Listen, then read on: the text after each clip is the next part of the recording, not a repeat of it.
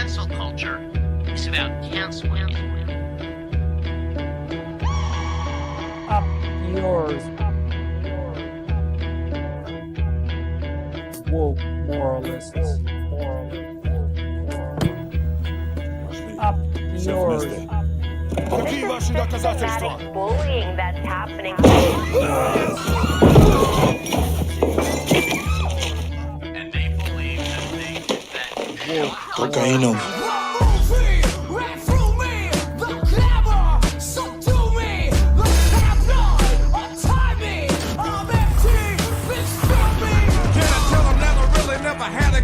But it's the wax that the Terminator X spun. Now they got me in a cell cause my records ain't sell. Cause a brother like me said, well, born like this, it's born like this, immaculate conception. I transform like this, perform like this, which yells you a new weapon. I don't contemplate, I meditate, then off your head. This that puts against the bed. This that I got realness, I just push, cause it's in my DNA. I got millions, I got riches building in my DNA. I got junk, I got evil that rot inside my DNA. I got off, I got trouble, some heart inside my DNA. They seem animalistic is what I mean. No, they're worse than animals. the woke mob, they ruin everything. They stopped Ben Shapiro from going to events and speaking. They stopped Ann Coulter from doing it. I will never surrender even a single inch of ground to a pitchfork mob. You never cave to the mob. We will never bow to the mob. Ever. No matter what. Do you see the final expression of cancel culture in terrorist groups like We'll see who cancels who. They want you to comply. Hey. Hello, what's up? How's everybody Hi, doing? Hi, all. Doing okay? So, surviving?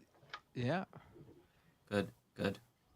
Hold on, Ariana's smiling, and I think it's because I've heard from my own viewers during my stream the other day that you've had quite the week, online at least. I don't know about in your personal life. Maybe you had a great week there. But I heard you had.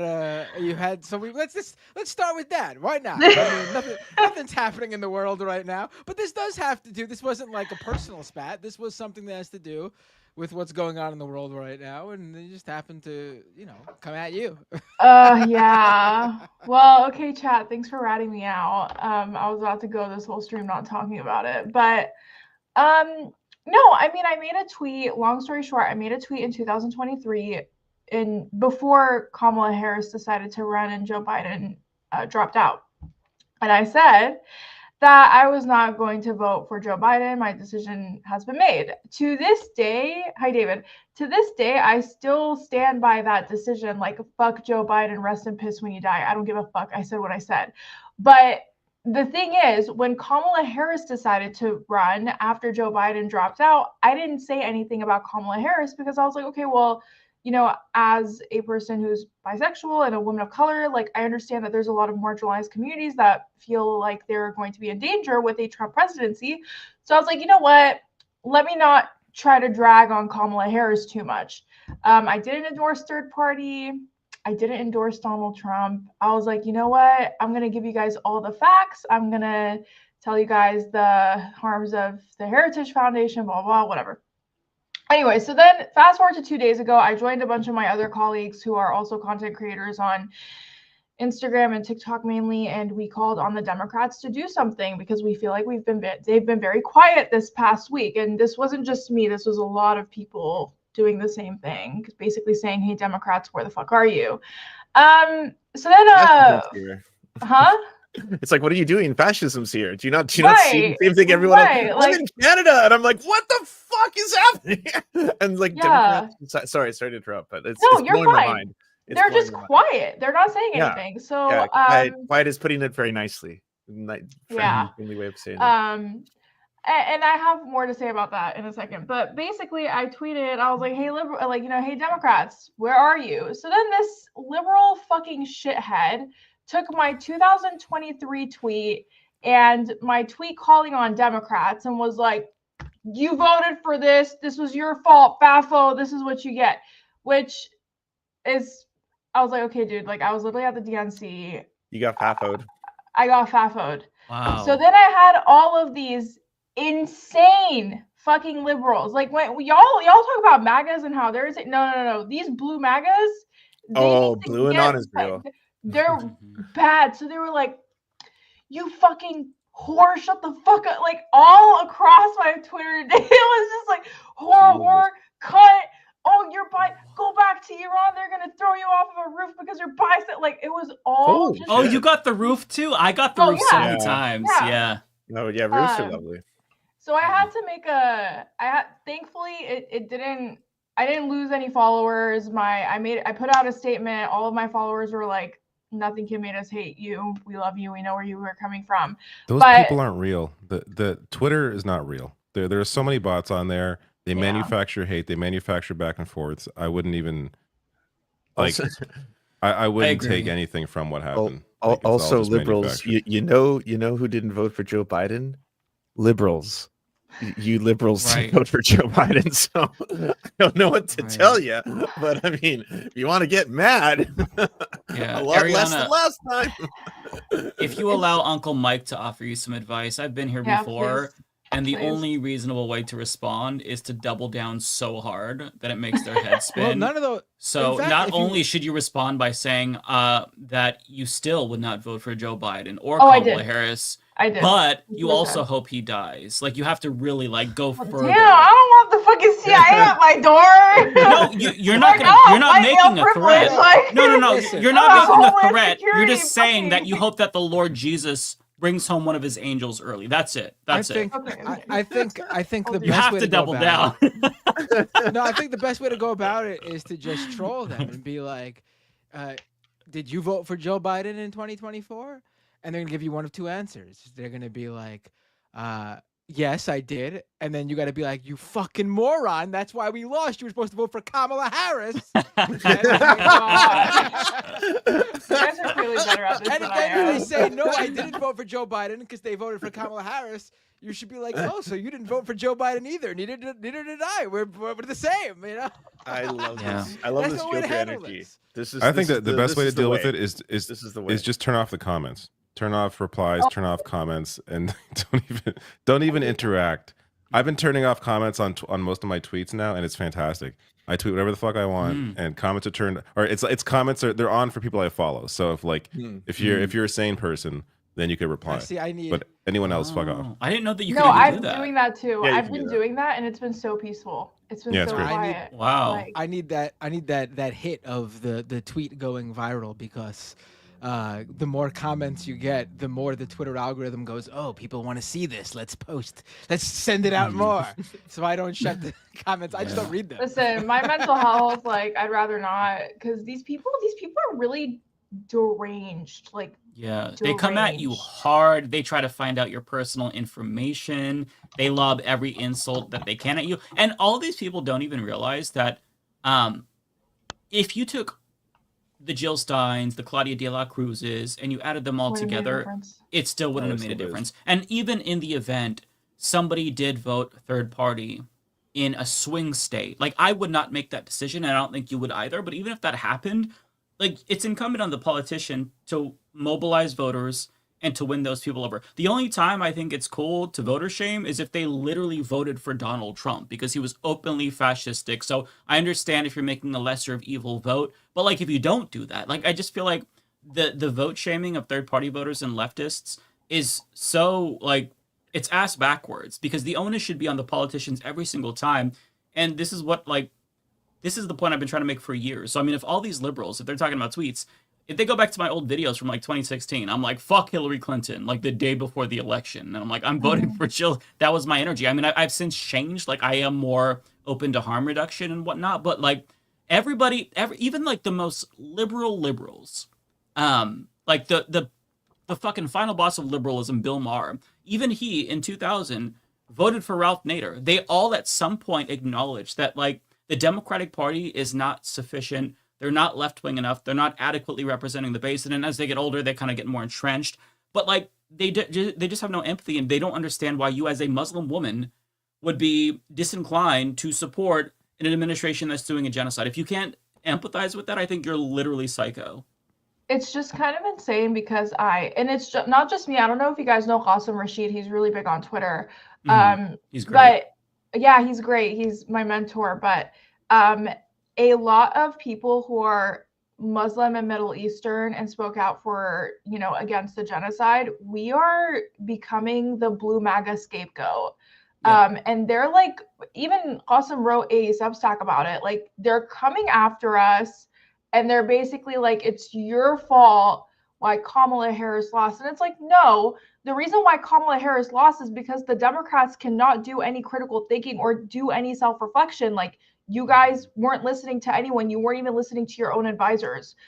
Obviously, Kamala Harris wasn't able to have a full campaign like most candidates do. I'll give her that. And she's a Black woman for sure. Those things all entailed her story. But you guys can't take any kind of criticism. That's your problem. And I said what I said. I'll say it again. I would never vote for Joe Biden again. I'm going to celebrate when he dies. I don't care for the dude. But they're also going after powerless groups, right? Like, what's the point of making all of these groups filled with people who are like, I can't vote for genocide. I find this to be disgusting. It's abhorrent. I'm so scared. I don't know what to do. So I want to use the one thing that I think I have, which is just not to support this regime. That's it. And then they're going to go after that group, or they're going to go after the other groups they think are hurting them, or throwing like trans people under the bus now, even though that's like clearly the first target on Donald Trump's like agenda of people to go after. Like all these strategies, they're ridiculous. You can't fucking pod save America your way out of this problem where you think like you're suddenly going to get the weirdest and worst voters to, oh yes, the moderate centrist who loves war but understands the tough on border policy but is fiscally economic. And like, these people, I think they're sick. I think at this point, anyone who's actively still pushing for this old agenda, when like AOC right now, she should be in charge of the Democratic Party instead of whatever that dude is who's got like throat cancer, who can't speak publicly. And like, that's why there's no response. That's why there's no one active. Like AOC has the power. I heard Chuck Schumer. He was talking about how aroused we all are. So I think that's the messaging we need right now. Wasn't he like, yeah, they're trying to defund the police, so that we don't want to. They're very aroused. Yeah, they're very aroused. Wow, that's a great choice of words, Chuck. No, and you know what? It's like I understand Schadenfreude of like somebody fucking around and finding out. I get that. But I think that so many people are picking the wrong targets. Like after the election, there was this guy who, he was on TikTok. I can't remember his name. I responded to it at the time, but he was like, listen, Latinos voted for Donald Trump. So if you know one of them with an undocumented family member, here's the number to ICE. And he shared that, and liberals were sharing that. And that is so demented to me because first and foremost, if a conservative who is a Latino voted for Donald Trump, their immigrant family member had zero say in the matter. They had no choice whatsoever. I have conservative family members that voted for Donald Trump, to my chagrin. Should I be punished? I mean, a lot of people would say punish him anyway. But like, we aren't not responsible for the actions of our family members. It reminds me of like Trump back in 2015, 2016, when he was saying we have to punish the families of ISIS. Like, it's terrorist logic to think that like normal people who had nothing to do with this should be punished. And even with Republicans, like you all know, I got a lot of smoke for the people who voted for Donald Trump, but at the same time, that doesn't mean fuck them. They're gone forever. Like, write them off. Like, bring them back. Try to rehabilitate them. Try to get people to have class solidarity. Re-educate them. Re-education. David, that's a great idea. Gitmo. Re-education. Have like a summer camp where we place them in these camps and they can't leave until they're re-educated. No, I'm just kidding. No, but like seriously, like. It's just, I don't understand this approach. And part of it is people are just like mad and they want to take it out on somebody, but like they always take it out on the people who have no money and no power. And I think that is fundamentally ass backwards and fucked up. And people have to be a little bit more graceful towards like fellow Americans. Unless they voted for Donald Trump, then have at it. I'm not going to I'm sorry. I got so little empathy for Trump voters at this point. 2016, I could see you like just being like, let's try something different, whatever. And like, you're not paying attention, didn't see all the racist shit he was already doing. But like the second time around, no, there's no excuses. I'm sorry, you voted for this. Well, this is the third time, David, so there's even less. Yeah, the third time around. Like, there's no excuse. And it's wild to see some people who were like skeptical of him back then be with him, like Joe Rogan, for example. Like Joe Rogan, who had like criticized him in the past, but now he's like full in MAGA. Like, how do you go from skeptical to full in? you're really like fucking every at that single point. member of big tech, Jeff Bezos, Sundar Pichai, fucking Them I get Zuckerberg, because they financially Bezos. benefit. I get them because they financially benefit by cozying up to him. Rogan is going to benefit regardless of what he does. Like, it's just people like that are so weird to me. Like, there really is something wrong with your brain at that point for you to go from skeptical to like all in. Mm-hmm. I think COVID broke a lot of people's brains. And with each crisis that we see, I feel like it further breaks more and more people's brains. COVID, what else happened since COVID? I feel like it's been 25 years. There's just so much. I can't keep up. It's a lot. It's a lot. Actually, it's gonna be 5 years. I think that's crazy, actually. Wow. Like, it doesn't 5 years ago. I feel like we're still in it. Like, I think what happened it's the same is, era. Yeah, no, it is. I've kind of like I've classified everything, and I was talking with my husband's Nona about this like last weekend, that everything in life feels like it was either before COVID or after COVID. Like I've like disaggregated things like, oh, was that before BC. COVID? Yeah, it's the new BC, AC. exactly, because that's when so many things had changed because of COVID. It kind of like recalibrated society in a fucked up and even more dystopian way, and things that were fringe are now mainstream, like anti-vax sentiment. Like, we might vote to confirm RFK Jr. It looks like he will. I think he probably will. I think they all are going to get. By the way, he vaccinated all of his kids. I know. Right. I saw that. So I saw that. But he Yeah. did What a mention the part where he regrets doing that, which he's mentioned before. But in his intro, actually, it's so hilarious to be like, "You're the anti-vax guy." No, actually, I'm very pro-vaccine now. Like, what? Like, what the fuck are you talking about? Like, you're the anti-vax. I believe That's why in people follow nothing. you. It's just like, I love vaccines. They're really fantastic. Like, what the fuck? Like, no, just at least own it. Like, don't treat me like I'm stupid. Own who you are. Clearly, the shit that you said, just own it, because you're going to be confirmed anyways because of the fucked up system. So just own who you are. He's a good example of useful idiots allowing him to get in. Like, you were just talking about Joe Rogan for someone like Trump. Like, think of all the people who let this pseudoscientific quack rise to the levels of prominence he has now. Like, when you go through the list of stuff that he believes, it's wild. It's the stuff that, like, I wouldn't even think, let alone say out loud publicly to people around me at fundraisers all the time. Like, I didn't even know half the shit he believed. Like, I didn't know that he said COVID doesn't infect Jewish people and Chinese people. Like, Ashkenazi Jews specifically. Okay. I don't even know if my like crazy MAGA uncle believes that shit, and he believes all the conspiracy theories. So like, I'm curious to ask him, like, are you on the same page? He'd probably be like, that's a little bit too far for me. It's just it's so wild, and he's going to be in charge of our health for the whole nation, and that has extreme consequences. And not just like in the short term, if he's confirmed, after a while, we'll see some headlines here and there, we'll forget about it. But like down the line, that's when it's really going to come back to bite us in the ass. In the same way that like so many things that are happening right now are the result of Ronald Reagan and deregulation and all that. It's still coming back. So like, this is like a down payment into a fucked future with all of these people. And it's so hard to process all of it because it's so much, it's overwhelming. Yeah, there's already been, it's been a week and a half, and it feels like it's been like 6 months at least. Like, there's so much, like there's so much that I wish I could talk about, and I feel bad, the stuff that I haven't talked about, because people may think I don't care about it or something, but it's just like, there's too much for me to even process that I can't possibly, and I don't want to be that absorbed. I'm one person, it's one thing to be on like, a team or working at like a news network or something. You can spread around the misery, but like when you're one person, you have to absorb it all. It's too much for me to take in. I can't read everything. It's not possible. Right. I don't think you're supposed like a day to. of mourning You just today. can't. Like, normally wouldn't it be a day of mourning? Wouldn't everyone be like, we just experienced a monstrously huge national tragedy? Not talking about how only white pilots know how to fly planes. Like, there's not even the mourning anymore. There's not even like, this was a bad thing that happened. We can all like acknowledge, no matter what your politics are, that this was a horrifying major tragedy that happened, right? But well, to your point, Lance, like the fires were still raging on, and Trump was talking about oh, it's because of Gavin Lesbians. Newsom and some small fish and lesbian. Yeah, like it's just Like the water was turned off. Apparently he turned the water on. That was turned off. Like what? Right. Yeah.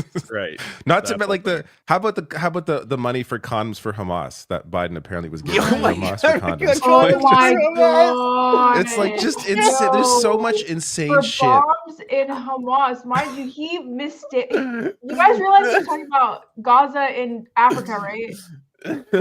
I had no idea what he was talking about. Okay. I found that out after the Do you fact. have I the don't know scoop? Okay, if yes, you I post did this pictures video of about this, this. What you've seen happened? people Wait, flood with. hold on. Okay, I let made a Ariana whole explain it. video about this literally 30 minutes ago. Okay, so Donald Trump goes on and he's like, oh, I just realized that we were spending $50 million on condoms to Gaza. And guess what? Hamas was using them to build bombs. So everyone's like, what the fuck are you talking about? And it turns out there's a province in Africa called Gaza. And I forgot what the name, it's like I forgot the name of it, but it's a province in Africa named Gaza province. He mistook that province and the contraceptives that we sent to them to Gaza, the Gaza Strip. But even then, when you crunch the numbers, we only sent $7 million in contraceptive aids in total. So I don't know where he got that $50 million from, because that $50 million would be the equivalent to 1 billion condoms. So he's basically saying that we sent 1 billion condoms to the Gaza Strip. It was Mozambique, yes, Mozambique. Sorry, I forgot the name. There's so many photos. I don't know if they're AI or whatever, but there's all these pictures of all these inflated condoms like flying bombs. And like, what crazy. People reply with them, they're like, "Do you support these bombs? Fucking the Hamas bombs." I was like, "Kinda." Can you imagine? Can you imagine if Biden confused the Gaza province with Gaza in any context? Like the conversations we'd all be having, that media would be having for days about, which is true about his brain. But Trump does it, and it's just like, oh, Trump is so not disgusting, just so, but he is. But the discussion around him is just, oh, he's so bizarre. What a weird statement. But no, that is crazy. I had no idea that's the mistake he made. Wow. Yeah, I just saw it, and I mistake, saw who knows? like the headlines about it being a lie, and I'm just like, I don't have time for this. I can't. Yeah, I it's just can't, too much. I can't do it. With that being said, we do have a guest here today. So this guest has been a longtime friend of me. I think we've known each other for like a decade at this point. He used to work for the Jimmy Dore Show. He quit during COVID, and now he is a full-blown Blue MAGA K-Hive Hillary Clinton supporter. Ron, welcome to the show. What's up? Hello, everybody from Los Angeles, actually, amidst the fire. I'm very angry at the lesbians who started it, but I'm going to get over it eventually. As you should be. And if anyone's curious, the Eaton Fire is, I may or may not check my Watch Duty app neurotically every couple hours, but the Eaton Fire is at 99%, and the Palisades Fire is at 96% containment. So good.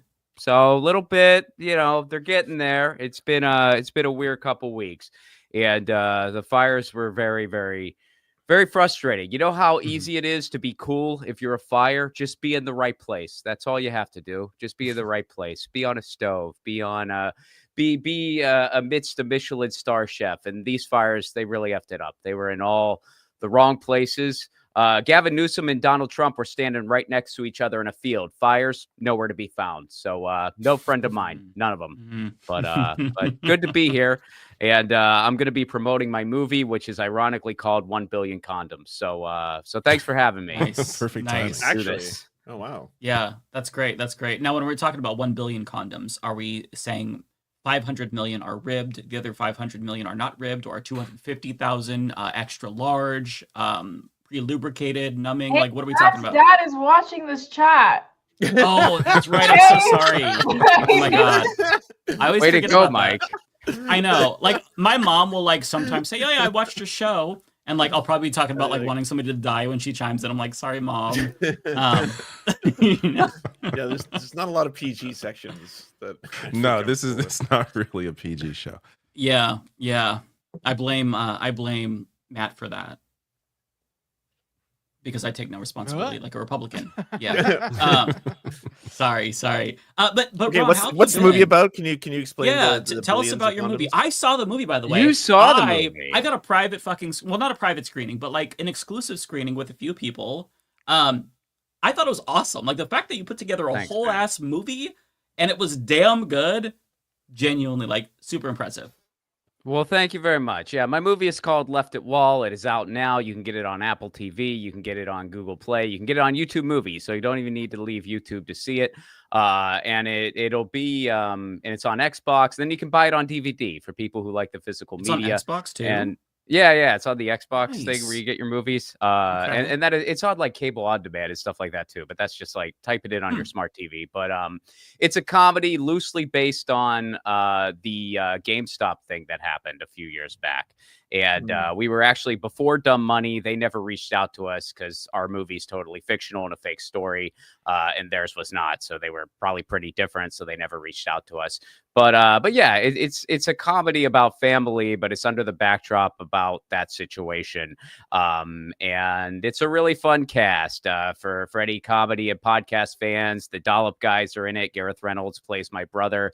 I play the main character because I couldn't afford to cast anybody else, so I had to take the bullet there. And Eddie Pepitone's in it. Dave Anthony's in it. Graham Elwood's in it. Sally Mullins is in it. It's a fun film. We had a really good time. And Mike, I'm glad you enjoyed it. I have your testimonial that I'll be sharing. So thank you for that as well. Nice. And yeah, that's my movie. And you know that I really liked it because I was hurt because I had floated an idea to Ron where I would be the star of a remake of Orgasmo, a really good movie by the creators of South Park, and he turned it down. So I'm like, okay. But nonetheless, I put Well, aside it's my not too late. feelings. There's always something else on the horizon. Okay. So don't worry, it's not a list. That's sorry, fair. it was left of Wall. Was that the name of it? Left at Wall. Left at Wall. Check it out. Yeah. Left at Wall. Left at And Wall. I can I'll drop a link to the trailer if people want to check it out as well. I can drop it in the private chat and however y'all want to disseminate it. But yeah, that's been pretty exciting. It came out on Friday. It's been Cool. It's been a couple years in the making. So it's been nice to That's really finally cool. get it out there to the world. Yeah, no, that's cool. How have things been for you? Because when you came on, I let everybody know who didn't know that you're no longer part of the Jimmy Dore show. You've It's since been gotten years. a job at. Do people still not know that? It's been years. I don't think they've caught up with your new arc where you're working for MSNBC. You are a Hillary Clinton Right. supporter. Yes. So tell us about your evolution into plan. Hillary Clintonism. That was the plan all along. It was a big long game that I was part of that ends with me anchoring at MSNBC. I quit that show years ago, for a long list of reasons. And since then, I kind of... Huh? Yeah, we need some reasons. Was he a bad boss? He seems like a great guy. You just put out some shade. You're like, for a long list of reasons. It's the only reason people watch us. Well, we need a good clickbait title, so you have to say something super sensationalist. People I'm joking. You don't have to. No. I honestly, I don't have. If I spilled the tea, it would just be like a little like trinkle, and then the bag would just fall in somebody's lap, and they'd be like, "Well, that was really anticlimactic." But I mean, look, we had our political disagreements, and I'm talking a couple years ago because I don't follow the show. I don't know what it's up to now, but we had disagreements over COVID. We had disagreements over Kyle Rittenhouse. We had disagreements over social issues. But to say that's why I quit the show would be a gross oversimplification to the point where even if none of those disagreements, even if all those disagreements didn't even exist, I would not still be working there. And the reason is to just try to explain it in a normie way. I feel like it went from being a hard-hitting political comedy show to like a YouTuber-centric YouTube show about YouTube. No offense, y'all. But and to me, I had no interest in doing that second thing. So for me, it just was not interesting or fun or fulfilling anymore. So it was time for me to go. So you combine all that, and it's a pretty long list. But yeah, I had to quit, and I did. I wanted to just sort of dismount from the space altogether for a long list. I just really wanted nothing to do with it anymore. But then Jordan from Status Quo called me, and I like Status Quo. I like the fact that they break stories and stuff like that. So when he asked me to get involved some there, I thought about it, and I said yes. And I still do some stuff over there. I'll occasionally host there. I'll do some segments for them. And I like that. And then in the meantime, I started getting into production. I have a podcast series called 1000. That's an interview series, and I'm making movies. I got a documentary in production right now, and I got my next feature in production right now. And Left It Wall is out now, so I'm trying to kind of dovetail, kind of into that space now, basically. Yeah, it's nice to see you spread your wings. I think I've always maintained that you have been an amazing comedian. And once you left the Jimmy Dore show, the quality and the comedy took a massive nosedive. I don't think that your replacement has the wits that you have in terms of comedy. He's trying so hard, but it's not working. But so I think you're talented, and I'm glad that you're kind of like venturing out. It's nice to see good people like kind of get what they finally are owed. But like this is, I feel like, the beginning for you. So it's nice to see you with the movies and just spreading your fucking wings, man.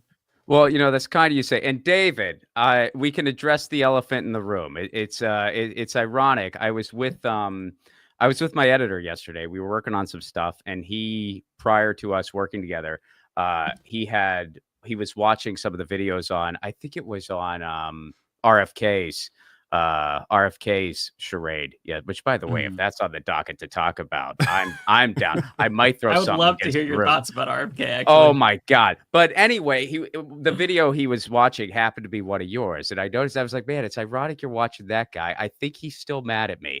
And he goes, what are you talking about? And I was like, we got David's into Canadian. an argument. I'm not mad at you. You're not? No. We're cool. I was like, we got it. I don't even remember what it was years about. ago. It was just anyone that doesn't know. I was on Jimmy Dore show once, and once or twice, but the first time I was on, me and Ron had a yelling match at each other. We did. And I about honestly, what? even What at happened? the time, I honestly don't even remember. I'm not even kidding. I think it was about voting or something. I don't know. It was about some strategic thing, and Yeah. and to be fair, I mean, what I do remember is something kind of set me off, but I wasn't set off at you. I was set off on the topic itself, and you just happened to be the recipient.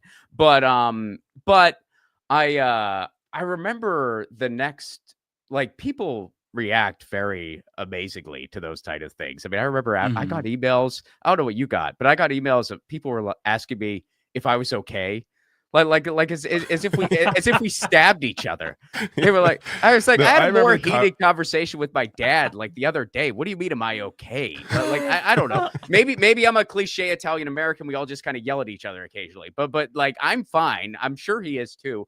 And then it even escalated to the point of just like ridiculous reactions that I put out a tweet saying like, look, I don't hate this guy. And I added you, and you didn't respond and say you didn't. I think I just ignored everything. I was just like, I don't want to deal with it. Wasn't you, or it wasn't, well, Jimmy. It was Jimmy, but it was the audience. Like the audience of that show was so toxic. I just didn't want to even like engage in any conversation around it anymore. So it was just like I just avoided like any interaction about that or anything else. It was like, all right, I don't need to talk to these people. So it was like, it wasn't because I was mad at you, just because like I don't need to deal with this drama. Well, fair enough. I mean, I mean, hey, in the years that follow, I got some death threats from some members of said audience, so I'll take your word for it. Oh, that's it. No, that's it. Nothing else. What? Oh, no. Well, I mean, I've also gotten. I mean, it's kind of in the time that I quit, I've gotten the gamut. I mean, I'm not going to paint a total broad brushstroke because that wouldn't be fair on a show with over 1 million subscribers. So I've gotten these incredibly sweet emails of "we miss you" and like we really loved what you contributed, and some of the people no longer watch the show. Maybe a few do. I don't take a survey, but and then I've gotten you're a traitor. You've betrayed us. I've gotten death threats. I've gotten so it really runs the gamut. When you get the traitor emails, do they spell traitor as in Trader Joe's? Because they always do that. Oh yeah. No, yeah. The people who love using the word traitor never really know. Yes, I'm an which importer traitor to exporter. spell. Yeah. When Ron was still on the Jimmy Dore show, this was like 2019, and Jimmy was coming to Portland, and I was supposed to go to that show in Portland and be on the panel, and Ron, I think, was supposed to go too, but for whatever reason, you didn't go. I remember that. And yes, I told Jimmy, I'm like, listen, man, like me and Jimmy were kind of beefing behind the scenes about the Carlos Maza Steven Crowder thing. I did not like the way that he responded to that. But also I was having anxiety, so I felt like he would think it was a cop out. But I'm like, listen, man, I just have too much anxiety right now, and I don't want to deal with the crowd. I can't do it. And so I didn't go. And I saw a comment on Twitter or YouTube, and it was like, both Ron and Mike are traitors. They didn't show up to Jimmy Dore's show in Portland. Do you remember that? I think I told you about that. I think we talked about it off, Mike. I don't think I saw it at the time, though. I didn't know that was. Yeah. It was probably Jimmy's account. That was so egregious. It was Libtard01. I mean, I could find out if you need me to. Yeah. It's so crazy.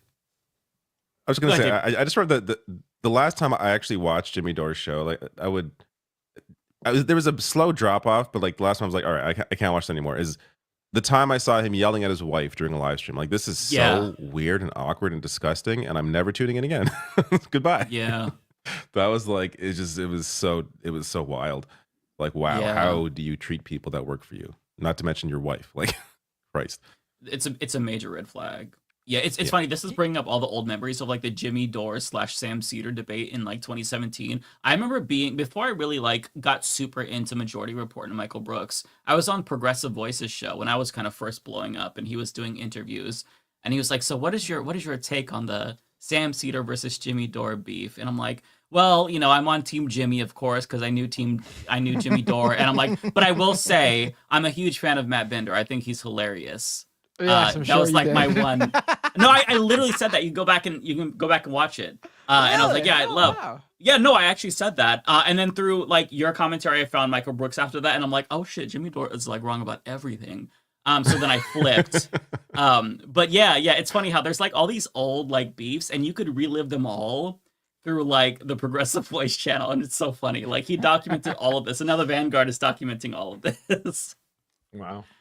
Yeah. I mean, people like it. All right, all power to them.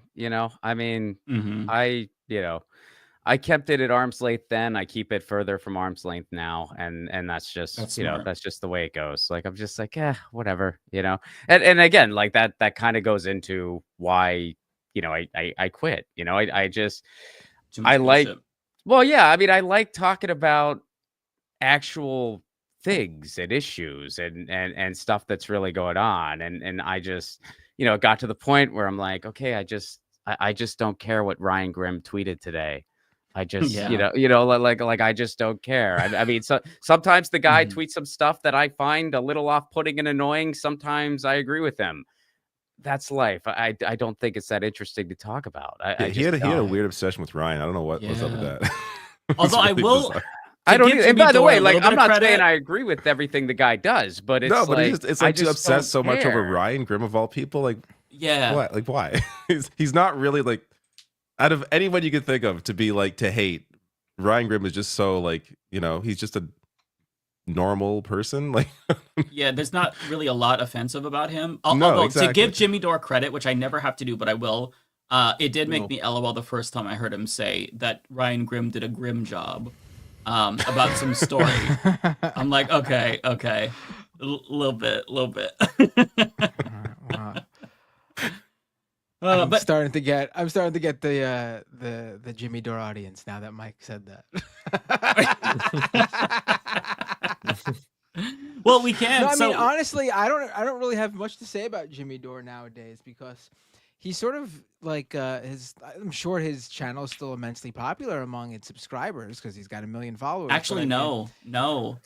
Let's see. It's going down. The anti-vax stuff is easy to see these days. Yeah. Compare his channel to mine just to give you a sense of like. Hear his name. Compare his channel to David's. Like, let's just be unbelievably petty and look at the numbers live on the street. Honestly, I never hear about him anymore. Like, if you told me he hasn't done a show for like 6 months, I'd be like, okay, yeah, probably. Like, Don't know. It who he depends is. on the topic. Some videos only get 33,000 views, which is really low for a channel that has 1.48 million subscribers. 33,000 would be an abysmal amount of your like returning customers, but some others get higher views if it happens to be topics that I think everyone likes, like Dr. Fauci, ouchie, and the lab leak theory. The DeepSeek AI system has crushed the Americans. AOC blows. Democrat Jon Stewart. His biggest recent video, 235K, which is big for him. It's about conspiracy around 9/11. Congressman blows the whistle on 9/11. Still juicing that fucking bone, eh? Wow. That's his biggest video. My video today, just for comparison's sake, let me look really quick. Mike, you've been killing it though, so that's not fair to compare yourself to. Yeah, Mike, you're like in the top 346K. Yeah. And that's your 9/11 video, got 346K. Mike's 9/11. But that's not even like a thing to say about Jimmy Dore necessarily. I mean, obviously he covered it and it got he's in the year 2025 he's doing 9/11 conspiracy, sure. But I mean, the reason it got so many views isn't because Jimmy Dore covered it. The reason it got so many views is because it just shows you like what the YouTube audience is looking for. Like they're not looking to be educated on like what's currently going on that can affect them right here, right now, in the modern day and in the future. They're looking to discuss 24-year-old, 24 almost 24-year-old conspiracy theories that have no bearing on like them today whatsoever. Well, for Jimmy Dore's audience, they were a young age of 45 when 9/11 happened. So it's still recent memory for them. Right. Yeah. Also, Kyle surpassed Jimmy Dore in subscribers, so I feel like since that has happened, he's kind of been like defeated in the How do you like them battlefield of ideas. And now TYT, we've got to either bring them to Oh heel God! or pass Oh them. my God! Yeah, Ron, I was curious about your thoughts because before me and Ron have been like friends throughout all of this, but there was an awkward phase where like I was still part of TYT Network. And awkward on your they end. were going on. Well, it was. I just didn't know because we didn't text each other. And I even clarified that. I'm like, dude, there was never any. This is only awkward for you. All I'm gathering is that everyone's had beef with you at some point, seemingly. Yeah, that's what it sounds like. I don't have beef with that. I mean, I have beef with nobody, and I never saw it that way. I always saw it as you are your own person. I judge you as Mike Figueredo, and I assumed that was, both ways, and it was. So it was the TYT Jimmy Dore proxy wars that we were kind of like collateral damage in, maybe. Only if we chose to be, and I chose not to be. Yeah. So if you chose poorly, Indiana Jones style, I did not. I did not. You had to. I mean. But yeah, like you mentioned that before, and I'm like, hey, dude, if you felt that way, I appreciate you talking about it with me. But just so you know, it only went one way. I never felt that's that true. way. And you did reach out to. You're like, hey, I'm talking about Anna, but I that doesn't mean anything about you, obviously. But I was curious about your like take on TYT as well. We can get to substance, but we love the shit talking. But I'm dying to know because I haven't heard your recent thoughts. I know the drama isn't necessarily your cup of tea, but I'm just curious because I know you have thoughts. No, the reason I feel very strongly about them and what they're doing, as somebody who lives in Los Angeles, especially, some of the stuff they say, especially these days. I mean, look. Now there's a chance with these fires. There's a good chance that a power company was behind this, similar to the way it happened with PG&E up in Northern California, because they don't upgrade their infrastructure so they can give the shareholders more money at the end of the year. You couple that with climate change, severe winds that we had ample warnings about, and that's probably responsible for this. Now, there's the Cenk Uygur theory of maybe it was just a homeless guy with a marijuana cigarette. Now, there's a chance that it might be that second thing, except no, there's not. They parrot just ridiculous sentiments about Los Angeles. You couple that with propaganda, you couple that with this latest doozy. I think the at the end real. What the fuck is this? I haven't seen this yet. Oh, you haven't seen this? I saw this briefly. I didn't really get to digest it. Oh, the centrism is so enlightened. My word, look at this. It's of a higher form centrism is centrisming. Oh yeah, just right to the middle. I don't know what y'all think, but I just think they know their network's not doing that great, and so they're just drifting for that MAGA cash. I mean, and the stuff they say Polymarket about Studios, Los Angeles. Oh yeah, is that like some crypto thing? So I've heard about that, but I can't speak on it. That's like a crypto thing. It's awful. Lance, tell them about the shit they're betting on. Well, it's just a crypto gambling website where you can gamble on anything. When are the LA fires going to be put out? When is the genocide of Palestinians going to end? Those kind of things, like fun things you want to gather around the dinner table with the family and be like, hey, I put a couple of your Ether tokens and your Haktua coins on the genocide ending tomorrow. I still can't get over. I still can't get over them having conspiracy theories about homeless people or whoever was responsible for the fires. And then at the same time, their sponsor, Polymarket, had bets you can place about whether fires would start in different parts of California, like specific parts of California. Right. There's a bit of a financial incentive. As if some psycho investor, some psycho bettor wouldn't be like, oh, I'm going to put all the money on this and then drive over there and set the fire so I win. Insane. Outside of the arson, the rest of it's legal, isn't it? Oh my God. Well, I'll tell you this about Los Angeles too. When he endorsed Rick Caruso, that was, I mean, I was really, really furious about that. And the way it was the land thing, right? It was basically the fact that he was going to actually not do rent control, price freezes, stuff like that. Yeah. This was going to be great for homeowners. That kind of seemed to be what it sounded like. That's exactly what it was. And a lot of people didn't realize that. A lot of people, bought into his bullshit framing of like, well, Karen Bass is the establishment, but which, by the way, is true. Karen Bass. Yeah. They both by the way, like what she has done, I think is inexcusably terrible. But for him to then take a victory lap, do you have any idea how worse off we would have been if Rick Caruso was mayor? That guy, his plans for Los Angeles was to basically make it into a giant shopping mall. When all the fires happened, he just got a bunch of private firefighters to protect his developments. He just would have done a public version of that if he was mayor. We would have been infinitely worse off if he was in charge. He pretty much wanted to put the homeless in a freaking camp. Like literally, that's what this guy wanted to do. Would you say to concentrate them into a certain area? Concentrate them into a camp? Interesting. Concentrate them into a camp. And so like there's no way that we would have been better off if he was at the helm. But they repeat this straight up propaganda because, they're property owners. And that's propaganda that we have to debunk, especially in this town, all the frickin' time. And you know what? I'll put all my cards on the table. I am not a renter myself. My wife and I own our condo, but I still support things like rent control and things like that. Because I know how it benefits the community and how important it is. You live in a society, right? Like because I live in a society, right? And you also see through the bullshit that it's like, look, it's not good for anybody if the developers get 100% of what they want, except for the frickin' developers.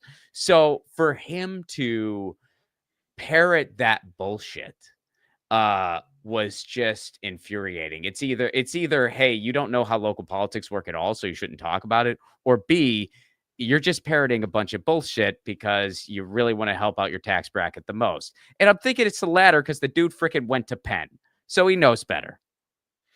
And blaming it on people without homes who are addicts is fucked of all groups to be like, oh, this is probably some meth head trying to cook up that crystal meth. They can't what in the Palisades? Like I don't even live in that part of the world. I know how ridiculous that concept is. How did they get there to start the meth lab? That's the not to mention like to me it has much less to do with like how it started and a lot more to do with why it was able to spread the way it did. Yes, there are like things like that can spark a fire that happen all over the world, but they don't, light up an entire state. No rain. Yeah, exactly. It was the conditions on the ground. Like that should be the focus. Like it's just so bizarre to try and buy in or give any credence to these insane right-wing talking points. By the way, some people were asking in the chat. Yes, that was my cat. Yeah, they want to see Lucy run. I saw a bunch of people. Well, I was just about to pick her up, and then she just bounced. She's like, time's up, dude. So if she comes back, I will pick her up. She will say hello. So another thing that happened today, actually, we had 3 different confirmation hearings. Kash Patel, RFK Jr., Tulsi Gabbard, and these like I knew that it was going to be a shit show, but it's astonishing that these people are nominated. And Pete Hegseth was confirmed, and today he was talking about the plane crash and how we're going to have the most qualified people, and it's just so ironic because this is the least qualified person to be the defense secretary, and I feel like it's so overwhelming, and I don't have any like overall thoughts about this other than what the fuck. So I haven't focused on these in videos. David did a really good video on RFK yesterday with the onesie shit with Bernie Sanders. That cracked me the fuck up. You support these onesies. It's so good. It was a great moment. Yeah, I'm curious, Ron, and like everyone else, like what are your thoughts on this? Because I feel like this is like evidence, concrete evidence that the United States empire is going to die on our 250th birthday. Like it's not going to last much longer. Which is a typical empire run, by the way. Exactly. That's the a typical average. number. Yeah. That's a good runtime. Yeah. Lance and David, I'm sorry we're such shitty neighbors, by the way. I'm sure that's said often on this show, but it's but okay.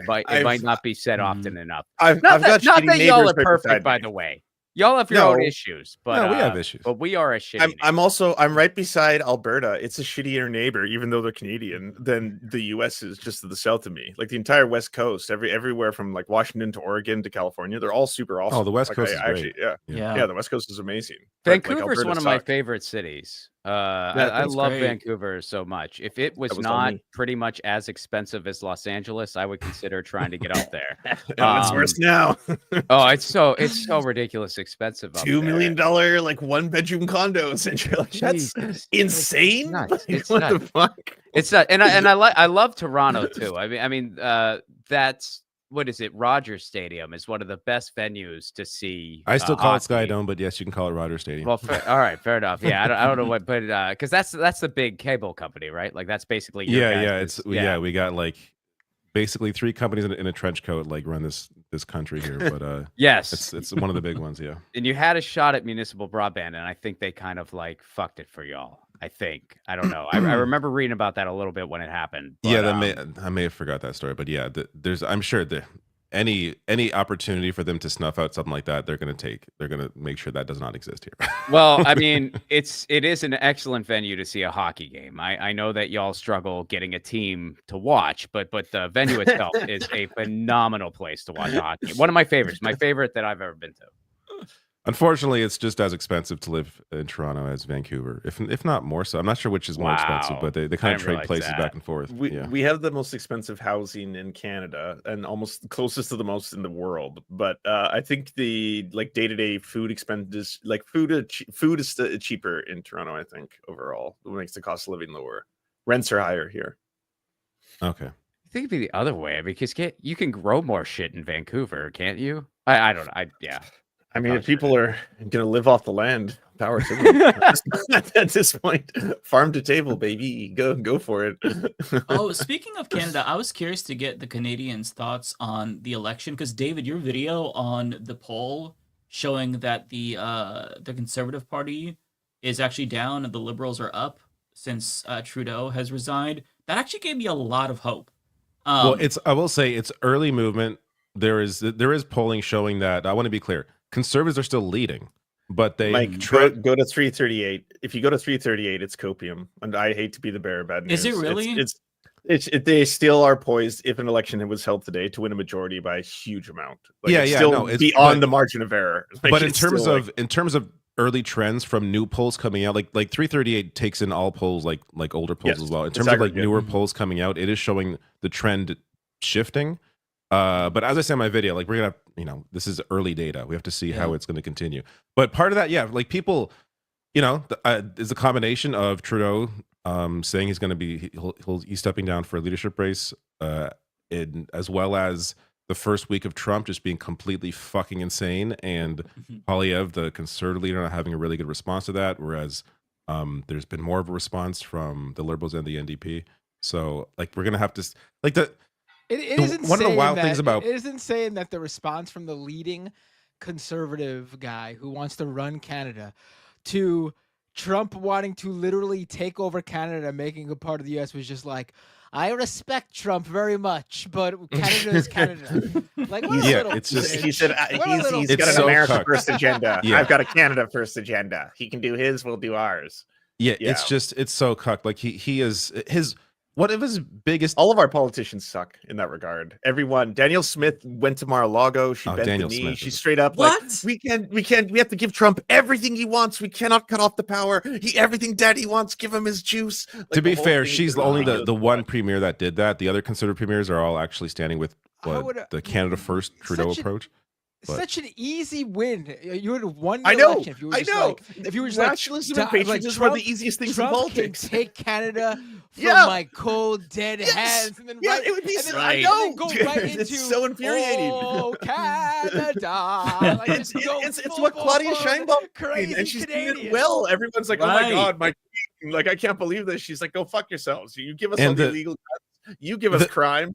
You the take party and- that likes to claim that they are like, you know, the most for Canada, the Conservatives, that they're the ones with the largest block of people, them and the People's Party, which is even further right, with the largest block of people who are okay with the 51st state, or okay being absorbed into America. Yeah, they're like like, these "Conquer are us, supposed to be Daddy." like the It's most pathetic. pro-Canadians, all and they're the ones that are most okay with being American. It's so, these people are like, luckily that's a small, very small percentage of all of Canada.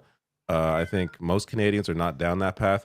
I think that the fact that our media isn't as terrible, isn't as captured by far right-wing interests, the way that U.S. media has been for decades, has I think helped. All mainstream media in Canada leans right wing, though. We're still bought and sold by Well, those three it leans corporations that corporate. control it It's all. definitely corporate. National yeah, but Post Lance, it's not is Fox right-wing. News. Like, there's a No, massive it's not. difference. It's not. between. I'll grant you that. Yes, it is not. There's Fox definitely. News. That is I'm not true. saying it's like left wing at all. Of course not. It's corporate, but it's not like far It's not right Fox. lunacy. You're right. Like, It's not Newsmax. It's not Yeah. not a dude watching a video of a poor Mexican family get torn apart while eating tacos menacingly and then being like Yeah, that. no.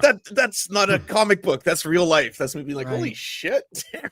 Isn't Nazis. Sun?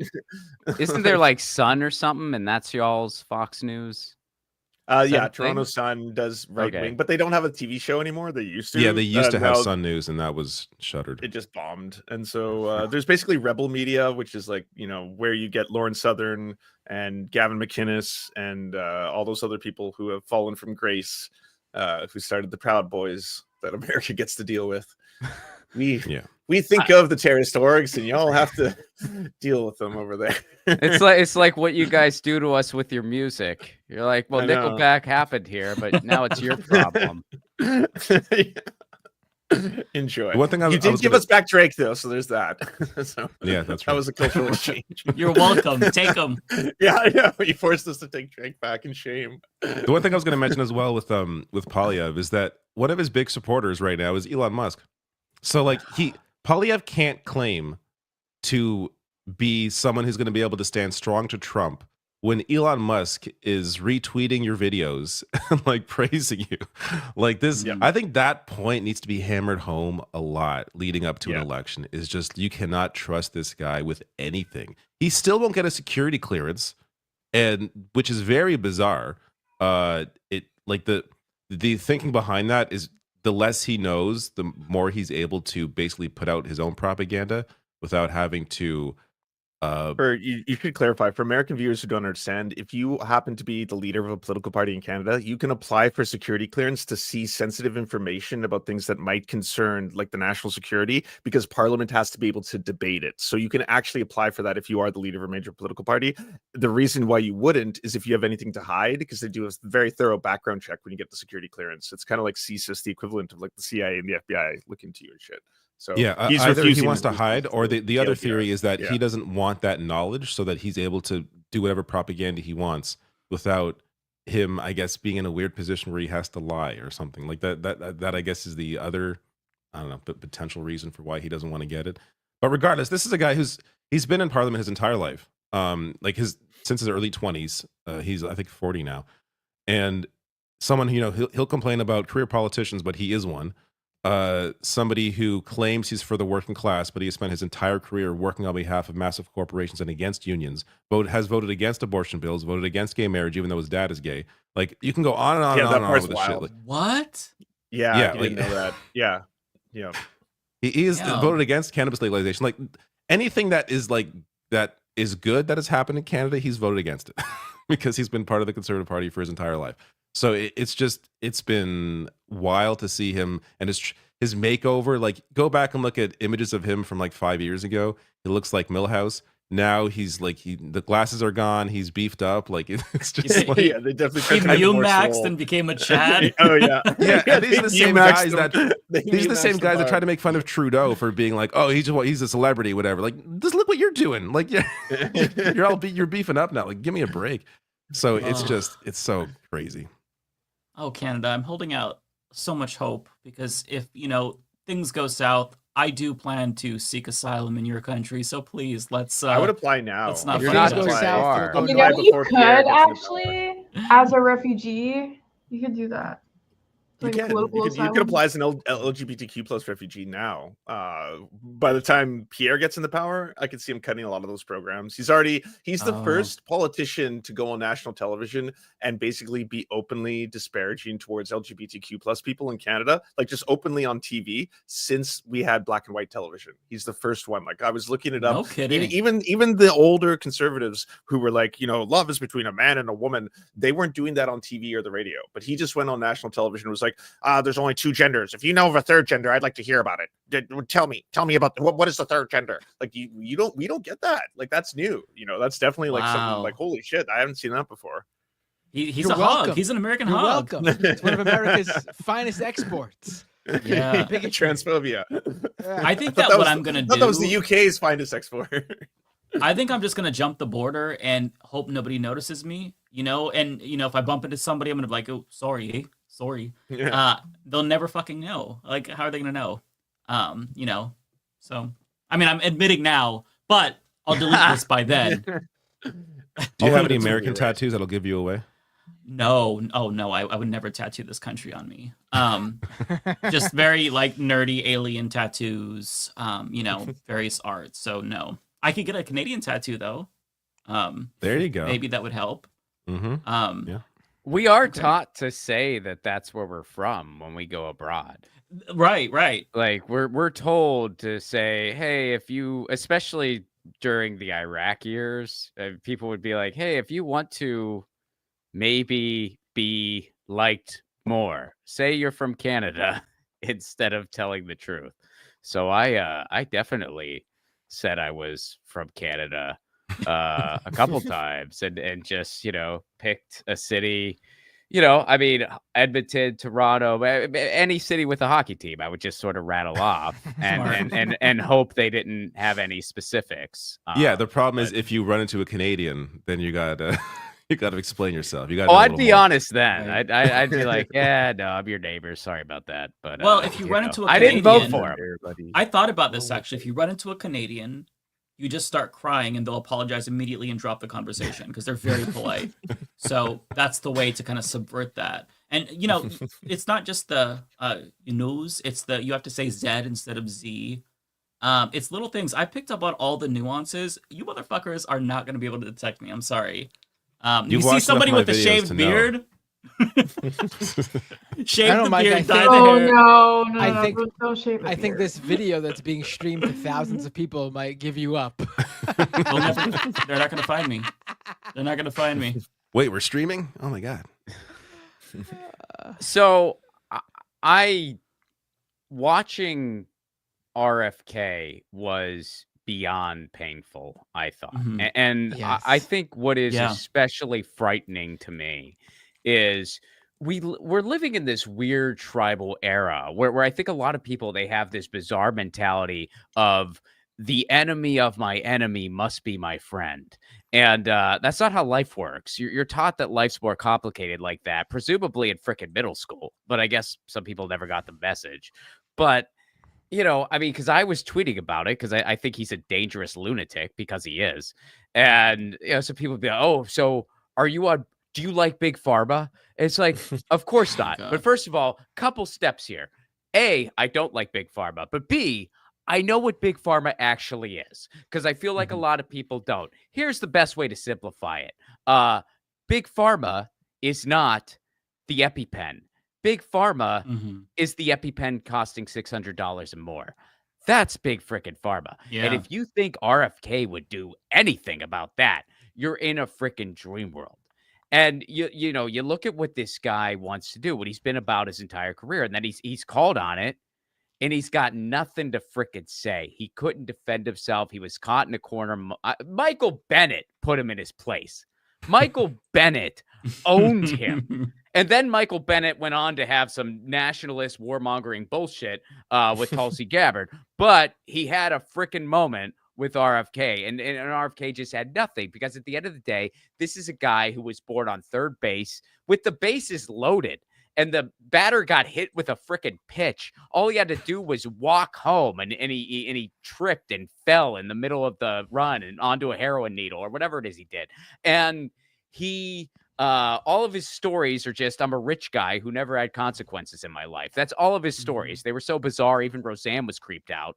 And he's just made a career. It is. He's made a career just peddling pseudoscience bullshit because that was the only lane where he could get attention compared to the rest of his freaking family because he's just a by-the-book narcissist. And the fact that he is not laughed out of polite conversation. Somebody tweeted this, and I wish I could give credit. But I mean, I'm sure people had parallel ideas, but somebody tweeted the fact that he is even at this point receiving a hearing is a true societal failure. Yeah. Hopefully he doesn't make it in, but the fact that he even got this far is a true societal failure. And the fact that there's people that don't see through this guy, that they think he's some kind of outsider, a guy who changes political acumen the way you or I change a pair of socks. I mean, he was a Democrat. They didn't want him. He was a libertarian. They didn't want him, which, you know, I got a lot of disagreements with libertarians, but they sniffed him out. I'll give credit where it's due there. They sniffed him out real quick. So then he just went MAGA because he just wants a gig. He just wants to be in the club. He just wants a lane. He's tired of being in his family's shadow. He's pro-vax now, though. Didn't you hear? He said he's pro-vax. Right. Yeah. Great yeah. news. Yeah. What people do? It's like, what do you have to say to that now? Like, there he is. He's saying his kids are vax. He's like, yeah, he's not.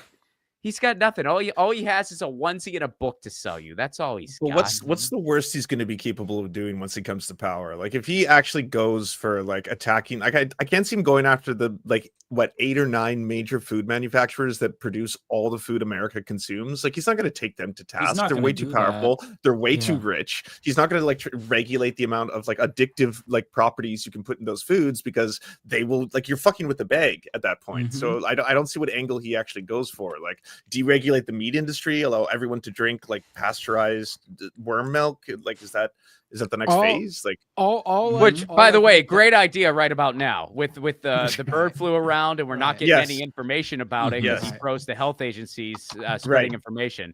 Although, hey, I will say, I mean, if we're going to be totally, across the board here, what's really sad too is that, look, there is a lot of fucked up stuff about our food culture, especially in the United States. And it's a damn shame that now, just a pseudoscience pushing whack job like him is leading that conversation and hijacking that issue. Although it would be cool if Coca-Cola had cane sugar like in Mexico. That would be much better. I mean, I'm down with that idea. That would be better than whatever's in it now.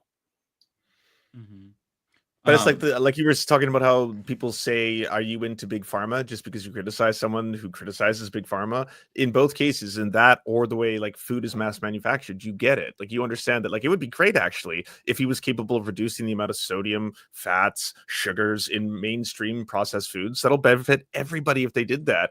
That's not what they're going after though. He's talking about microplastics making people have gender dysphoria and how Ashkenazi Jews won't be affected by the bioengineered COVID shit, doesn't think HIV causes AIDS. Like, these are serious things that actually get people death on a mass scale, if you can start to permeate myths surrounding very serious infectious diseases like HIV and like, you know, and comparing it to like what there's both American AIDS and then there's African AIDS, right? Shit like that. Like, no, you racist phrenologist, fucking weird ass.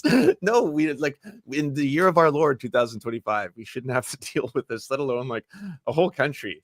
That's why I'm like, I really want to know, what's he gonna do in America? What's the first switch? What is RFK actually? Well, he even said he was questionable, which I didn't know about this either. A senator was asking him, like, so you also said that Black Americans are supposed to have different vaccines than white Americans. Why? Why am I supposed? Which vaccines am I supposed to get that you're not supposed to get?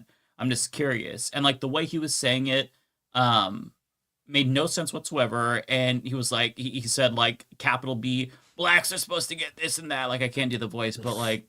It was like I had no idea how much shit he threw out there. I actually had to do his voice for a bit not too long ago, so I can do it if you need somebody to. Be careful, Ron, because Libs of TikTok is finding people who do the voice and they're scolding them. That's who. For being Not really the cruel on the dark internet. Oh, come on. That's where your moral meter lands at, making fun of RFK's voice. Their whole account is like getting innocent people who have nothing to do with anything wrong and like making them out to be terrible people and like giving them death threats. Like for them to have any sort of moral superiority to anything is absurd.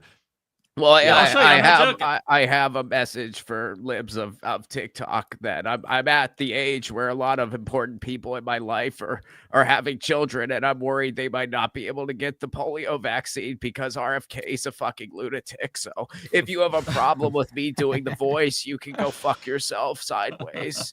Oh, sorry, Ariana's dad. I'm sorry. Sorry. Oh, my dad is not here. Trust me, you're good. Oh, he bounced. He bounced already. Matt's dad is the one who watches. Yeah, we love Matt's dad, but I feel like he low key has the same sense of humor as all of us.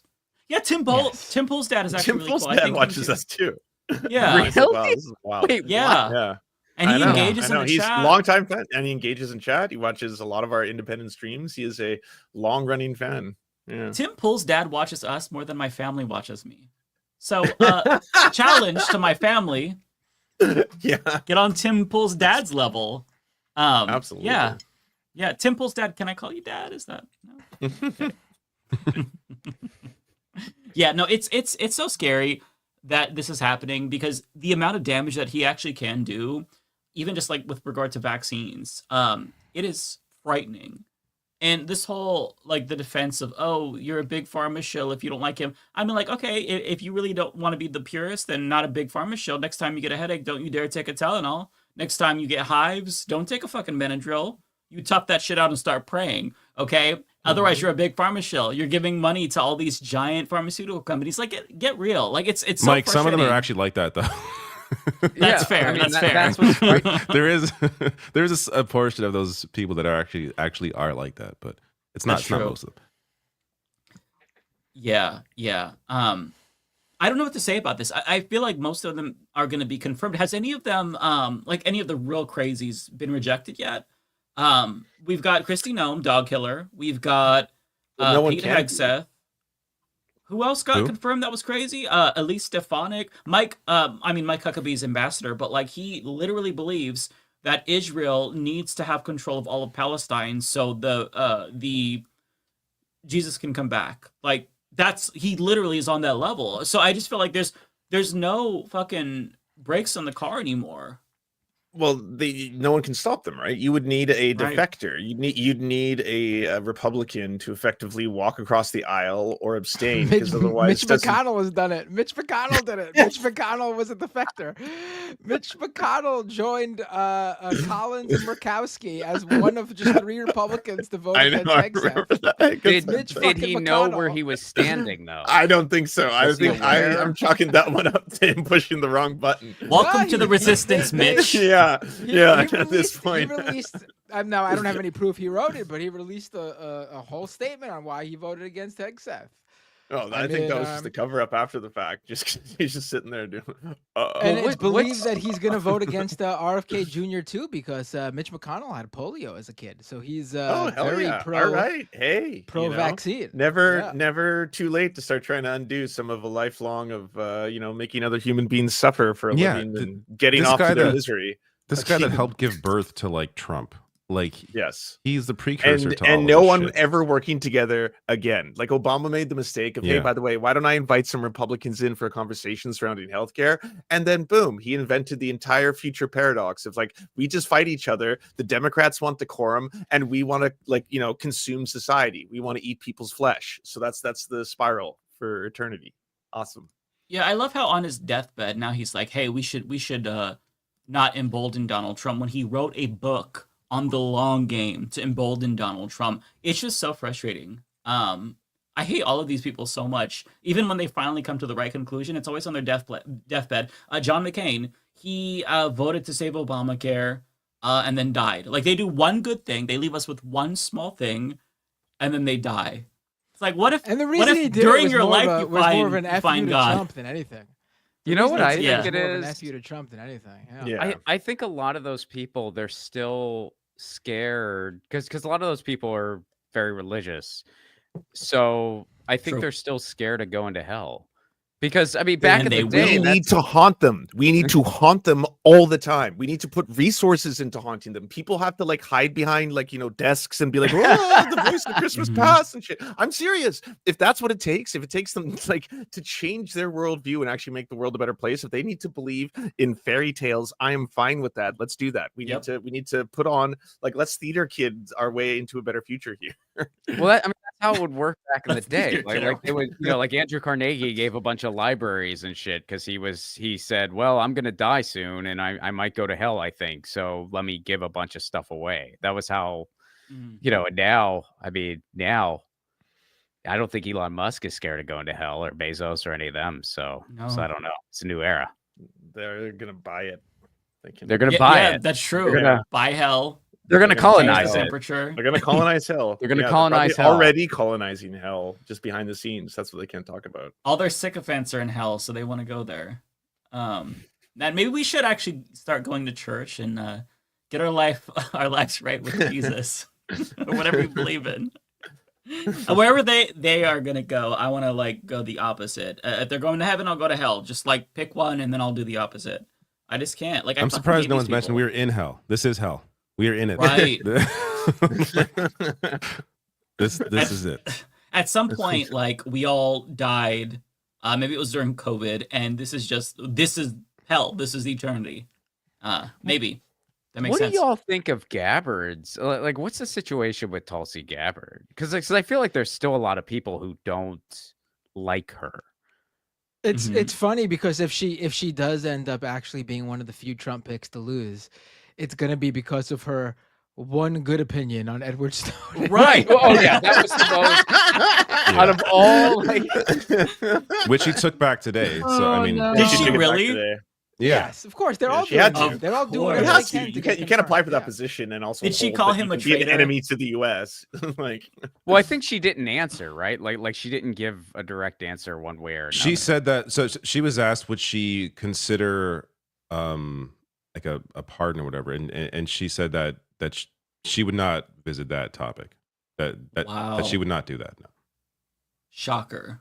It's so she has no fucking principles. She has none whatsoever. I mean, talk about someone who changes. She has literally toured the entire fucking gamut.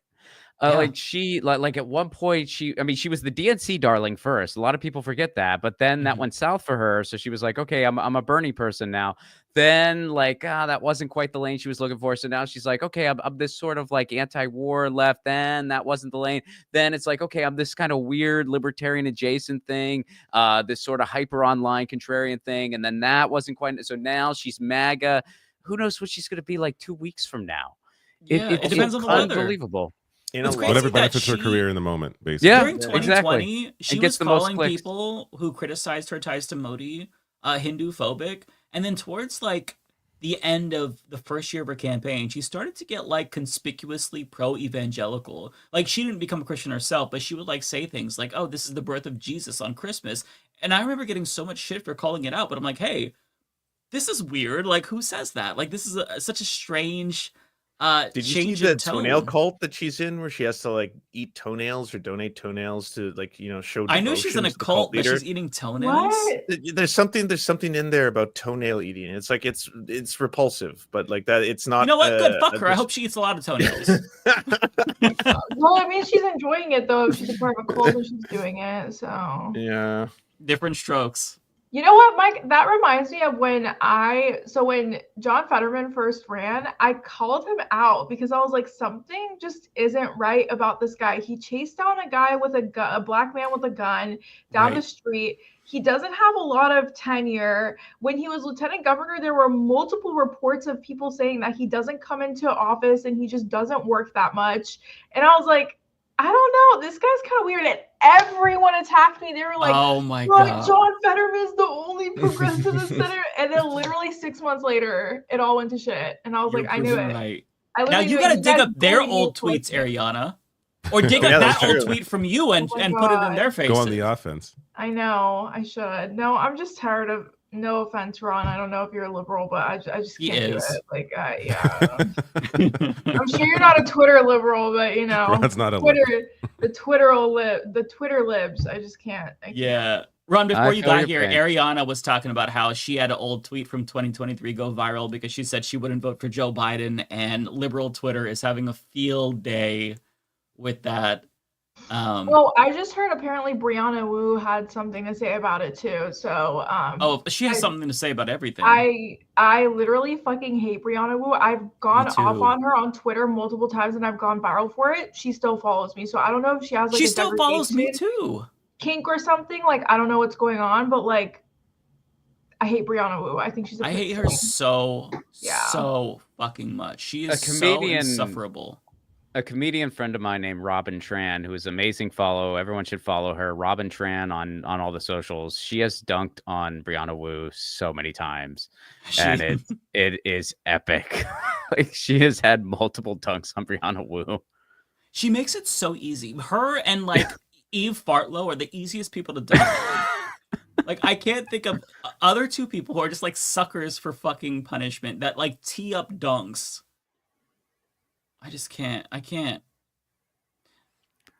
Blue Sky is just such a cooler hang now.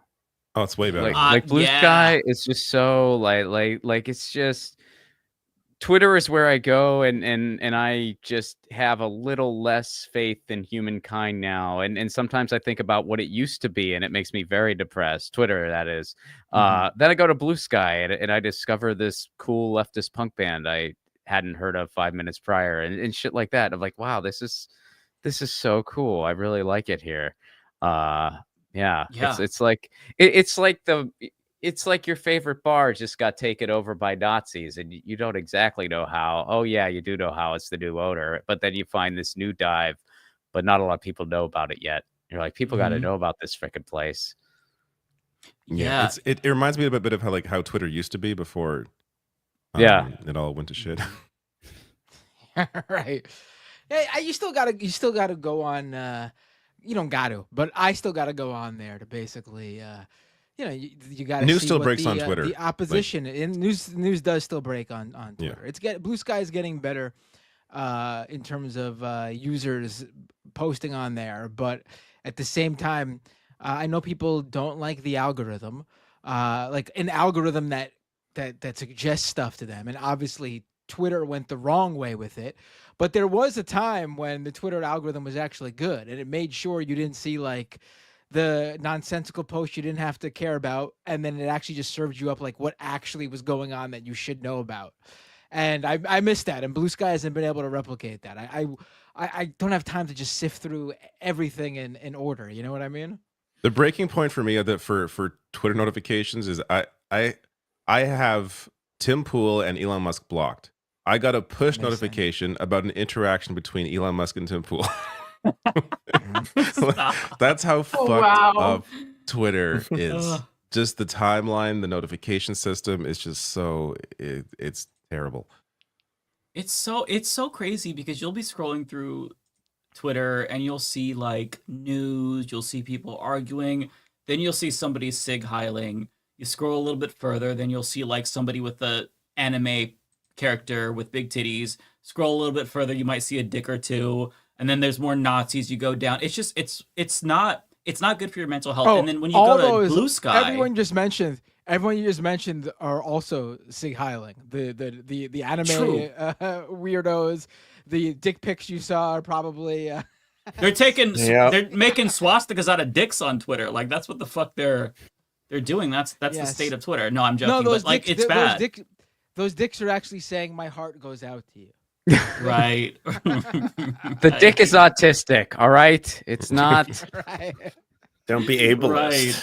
Oh my God, literally, can we talk about how many people say the dumbest shit and then they're like, oh, I'm autistic, it's okay, I'm autistic. And I'm like, I don't want to question someone's autism spectrum, but like. When did that become a thing? It is so insulting. I have no clue.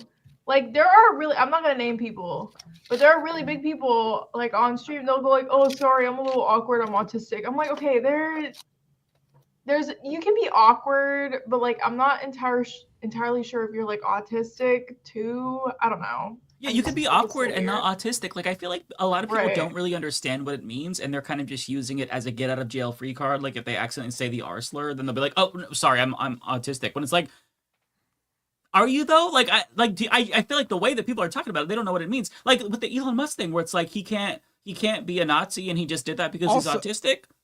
What? Also, emphatic hand gesture in a moment of excitement. In what world did the right ever say you need to treat people with disabilities differently to help adjust for whatever that disability is? Right. All of a sudden though, when it comes to Elon Musk and autism, it's like, no, you have to be understanding. It's DEI for Elon Musk. It's Elon Musk DEI. Give him a pass every time. He gets special treatment because he's the world's richest little autistic boy.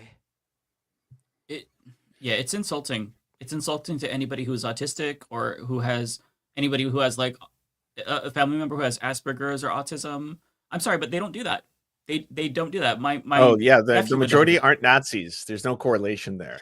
Like right. Most of them would be disgusting at the very concept of being a Nazi. I mean, the surest way to make everyone know that you're definitely not trying to signal to Nazis is perhaps, I don't know, denying that you were trying to signal to Nazis, which he still to this point hasn't done. Would have been an easy way just to be. Instead, it's just like, the people who love Hamas are coming after me. Grok, give me dad puns about the Holocaust. These will be amazing. Yeah, look at all the dad puns I have, y'all. Like, you can just be like, actually, this might just be me, but if I got really emotional and I accidentally Sig Heiled, I made this like joke on my show. I'm like, listen, if it might be the first thing you do when you sneak up to Canada. You might just be like, you're so stoked to be here, you just accidentally Sig Heil. Yeah, or then they'll know you're American. Your spouse brings home donuts, and you get excited, and instead of like, yeah, you do a Sig Heil twice, identical both times. Hand to the chest, extend the right arm. But like, if I did that, and I genuinely did not mean to Sig Heil, I would then the next week not go speak to a neo-Nazi party and tell them that they should move on from their past guilt. That might give people the wrong idea. I feel like if you spoke at the Nazi rally, talking to Germans, telling them I'd be a little self-conscious. The mistakes of the past, the guilt of the past, that would be a weird thing, to do. I'm sorry. I know Mike used the phrase, if I genuinely didn't mean to Sig Heil. I mean, it's not a possibility. It's not something people do. Like, if you're raising your hand and you're waving, no one will mistake it for a Sig Heil. If you're holding your hands out to somebody, no one's going to mistake it for a Sig Heil. If you violently smash your chest and then angrily did a wrestling slap twice. You can hear the slap. You can hear the double slap and everything. You hear it. You like it's like the idea of him saying my heart goes out to you with that gesture he did can easily be debunked by looking at the fucking facial reaction he makes when doing that. Can you pull up the picture? Can one of you guys pull up the picture? No, there's a video of him saying "My heart's with you," right? Like he literally my heart's he knows how to do it. Yeah, he knows how to do it. You don't even need that context though. Pull up the fucking actual. My heart's with you. Like, did pull you up guys the see picture. the bishop? Did you guys see the bishop at the pro-life rally in he got DC? fired. I got he a video on that tomorrow. He got R.I.P. Bozo. de-licensed. Yeah, R.I.P. Bozo. Well, yeah. Yep. What a surprise. We And already the know Republican what's lady, she did it, and then she had to resign as well. I have a video on this tomorrow, so everybody check that out. I love that there's so many people jumping on the Nazi sword right now. It's like, we gotta normalize this. Come on, comrades. It's the first step towards getting the N-word back. We start here. Like, look at that face. Yeah, he But means it. Hold Yeah. on. There's an even better one. Hold on. There's an even better picture. Hold on. I'll pull it up. If I figure out how to. Hold on. He's really putting his chest into it. There's oomph behind Oh it. yeah, there's another one. I'm trying to. Okay. You got Well, it. I just think No. it is the most. I know apparently there's like a 4chan section or whatever it is where they'll do that to be provocative, and they think it's so contrarian and edgy, and it's like, I mean, aside from just being as morally repulsive as it is, I just want to say, do you realize how fucking hack you are? Do you realize that's something that can be traced back to the 70s in various punk subcultures in England, where it's like, oh, we're gonna wear a swastika for shock value. You know, Sid Vicious used to do that. He was 20 years old and addicted to heroin. What's your fucking excuse? You're just an Look at incel. that. Doesn't Look, count. look, that's the face of my heart goes out to you. Like, what does he scream? My fucking heart goes out to you. That is the cringe of the Nazi. The cringe of the Nazi. Oh my Give me a break. Give me a break. I mean, Yeah, so this is a great point from Autistic Goblin. It says, autism makes it hard to understand social norms, not to avoid bigotry. Bigotry, fascism are not social awkwardness. Fuck these people making the rest of us look bad. We don't need their help. Yeah, like fundamentally behind this, even though like somebody like Elon Musk, like it's ostensibly like a defense of somebody, but no, it's actually ableism. Like, you're slandering autistic people. Like, it's so fucked up. And the fact that people are making this defense is it is mind-blowing to me. To protect a Nazi. You're protecting a Nazi. Right. Every person who Which he downplays is. what a Nazi did is you're just protecting. Why are you protecting a Nazi? Who cares? He's a fucking Nazi. Call him a Nazi. He wants to signal. Like, hey, you get your wish, sir. The prize is, yeah, I think you're a Nazi now. Did you see that he said apparently the left thinks I'm a Zionist and a Nazi? It was, oh my God. Yes. Yeah, like, Yeah, yeah, he he was. I think That's that. what we mean. Yes. They're so stupid and confused. Like, if you look at the replies, it's like, oh my God, I can't. I'm not gonna bother to try to explain it. I just can't. Yeah. I have brain rot to like such a high degree over the past week and a half. Like when David it's said been a week and a half. Like when you said that earlier, David, like I almost felt like I disassociated. Where it's like, wait, he's only been president for a week and a half. What? Sorry, Matt.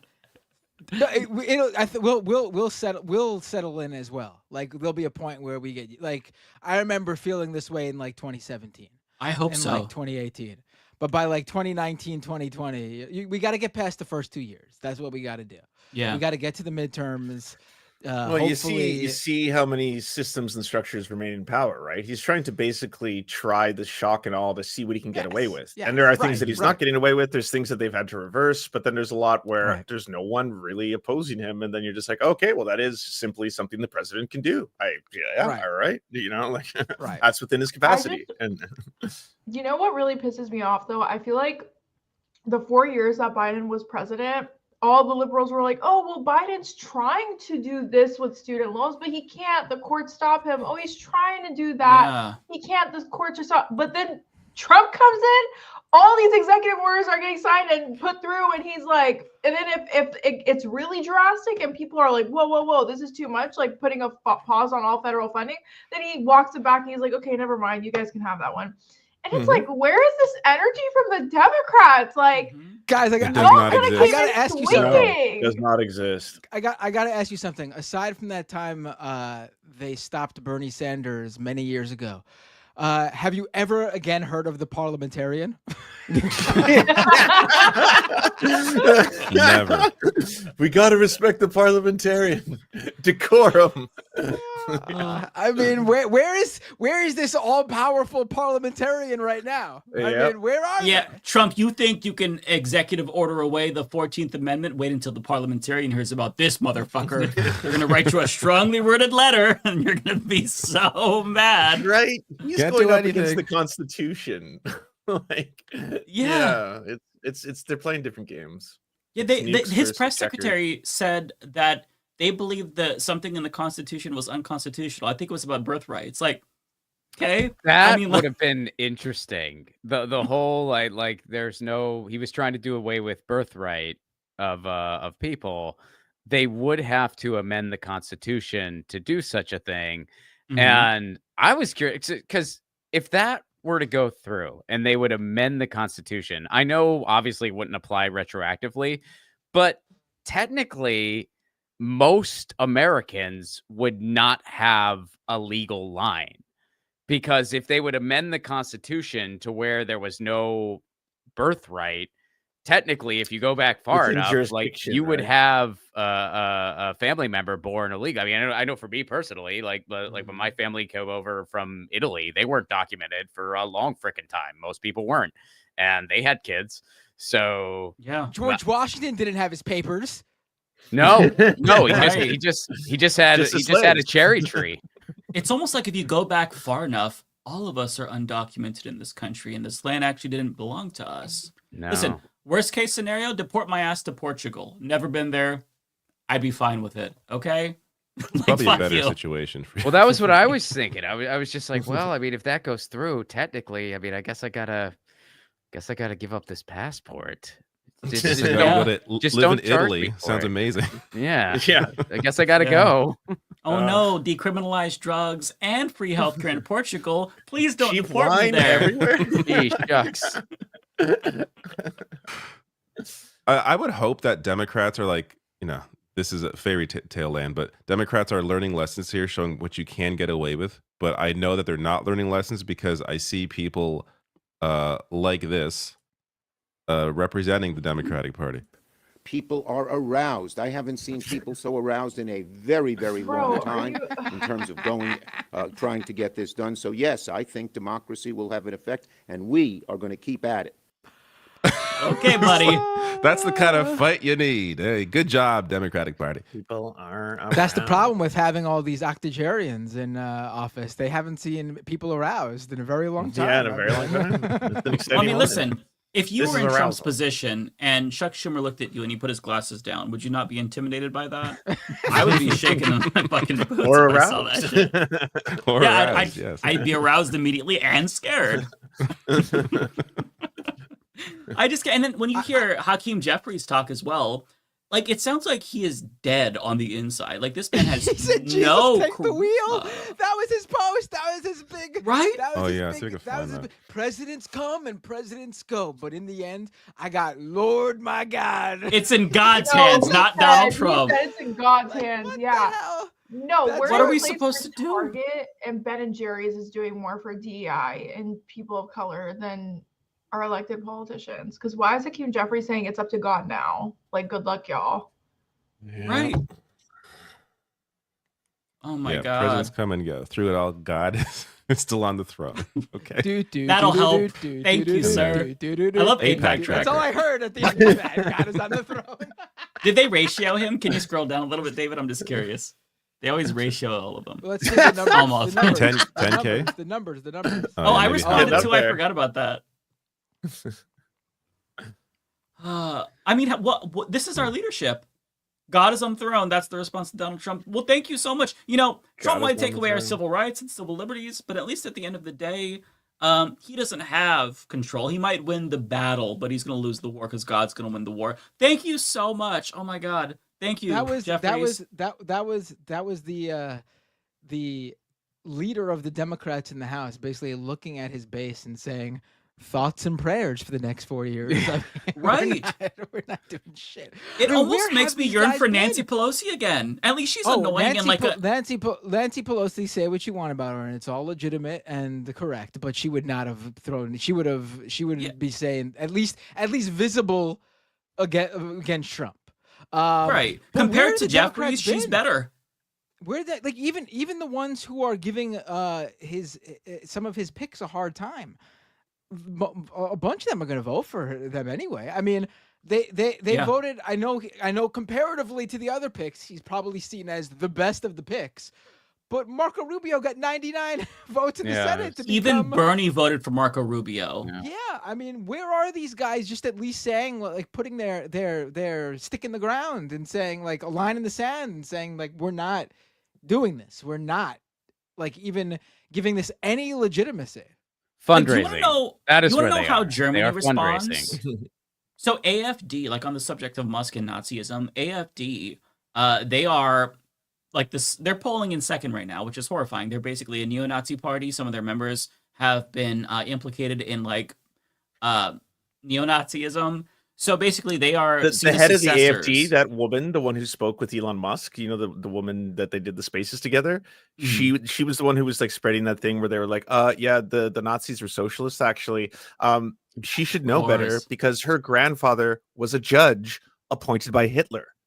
I kid you not. That's the head of the AFD. Her grandfather was a judge appointed by Hitler. And that's the people who were like, well, the Nazis were socialists. So it was like, no, you should know better. You should know that they killed the socialists. I mean, your fucking grandfather probably incarcerated a lot of the socialists as a Nazi judge appointed by Hitler. My grandfather showed me how the Nazi salute looked. Elon did not extend the arm enough. It was not a Nazi salute.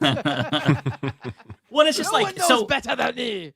The conservatives, like, it's a big scandal because the conservatives sided with AFD to push anti-immigration legislation through, and it's a giant scandal right now because they all agreed, like the center right, the center, and the center left was just not going to work with them. Like, that's it, just resist them entirely. And it's sad to see like the center right break and like gravitate towards the Nazis. But, like, imagine if we had a tenth of that energy here, where it's like, we're just not going to work with Donald Trump at all. We're going to obstruct everything. At a minimum, treat Trump like Republicans treated Obama and Biden. Just obstruct everything. It doesn't matter what it is. Slow down the process in any way that you can. But there's just, 12 Democrats voted for the Lake and Riley Act. We're talking about Raphael Warnock, a fucking pastor, voted for the Lake and Riley Act, which denies immigrants their due process rights. It fucks over dreamers. It makes it so children could be detained. They voted for that. John Fetterman, John Ossoff, they voted for that shit. 36, 40-something Democrats voted for it in the House. That is not acceptable at all. They should never go along with anything. Like, I don't give a fuck if it's naming a post office. You obstruct that shit. Fuck that. Don't let them get anything. But they're just like, no, you know what? Since we, maybe we're going to push them a little bit on Tulsi, maybe we'll give them Pete Hegseth. You can just say no to them all. Like, it's so frustrating because without an effective opposition, fascism will win and it'll get worse. And Trump will dismantle democracy and institutions. He's already doing it. He signed Schedule F. I feel like exasperated, like watching. Didn't Marco Rubio get zero pushback? It was complete unanimous. All the senators voted him. I was like, for what? Did you get a little treat for that? Did you just get did you really approve him? Everyone did. Even like what, Sanders? Like, why did everyone vote for Marco Rubio? I didn't get that. Sanders should have opposed him just on the grounds that he supports genocide. He wants war with Iran. Easy. He's never seen a war that he didn't like. You're not going to stop it. He's getting through either way. Like, yeah, just vote against it. Yeah, at least throw a Hail Mary and vote against it. Yeah, just a fuck you vote against it. There's very few Democrats even just speaking out to give like their base, like, you know, just even like the verbal like breakdown and sort of everything will, you know, stick with us, everything will be okay. They're like completely like. AOC, to her credit, is out there constantly, like, you know, the House hasn't really got the power to stop any of these picks, but she's out there, like, knocking at them and letting people know that she's gonna, like, oppose stuff. Where's everybody else? I mean, I don't... You don't even get the theater anymore. What? Well, there's not even political theater. Yeah, they're not even using the pulpit they got. They came out recently and said that maybe our future is John Fetterman. Maybe that's the guy we all got to get on for 28. That's our guy. May the Fetterman come to bring us. Pretty much MAGA already. And they're like, that's our guy. Yeah, at this point, yeah.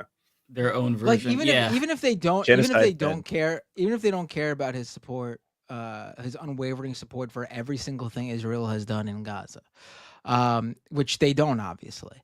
He is like with even putting that aside for them, for the liberal mind, he's been like the most pro-Trump Democrat out there. He's been openly supporting everything he said, poo-pooing on any sort of attack from whatever Democrats have been doing something.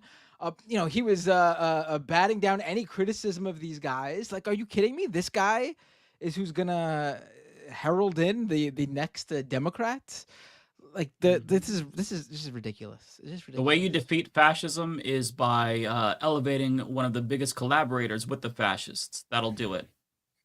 But he wears a hoodie. It's so relatable. Just like us. I'm wearing a hoodie, so he's just a regular guy.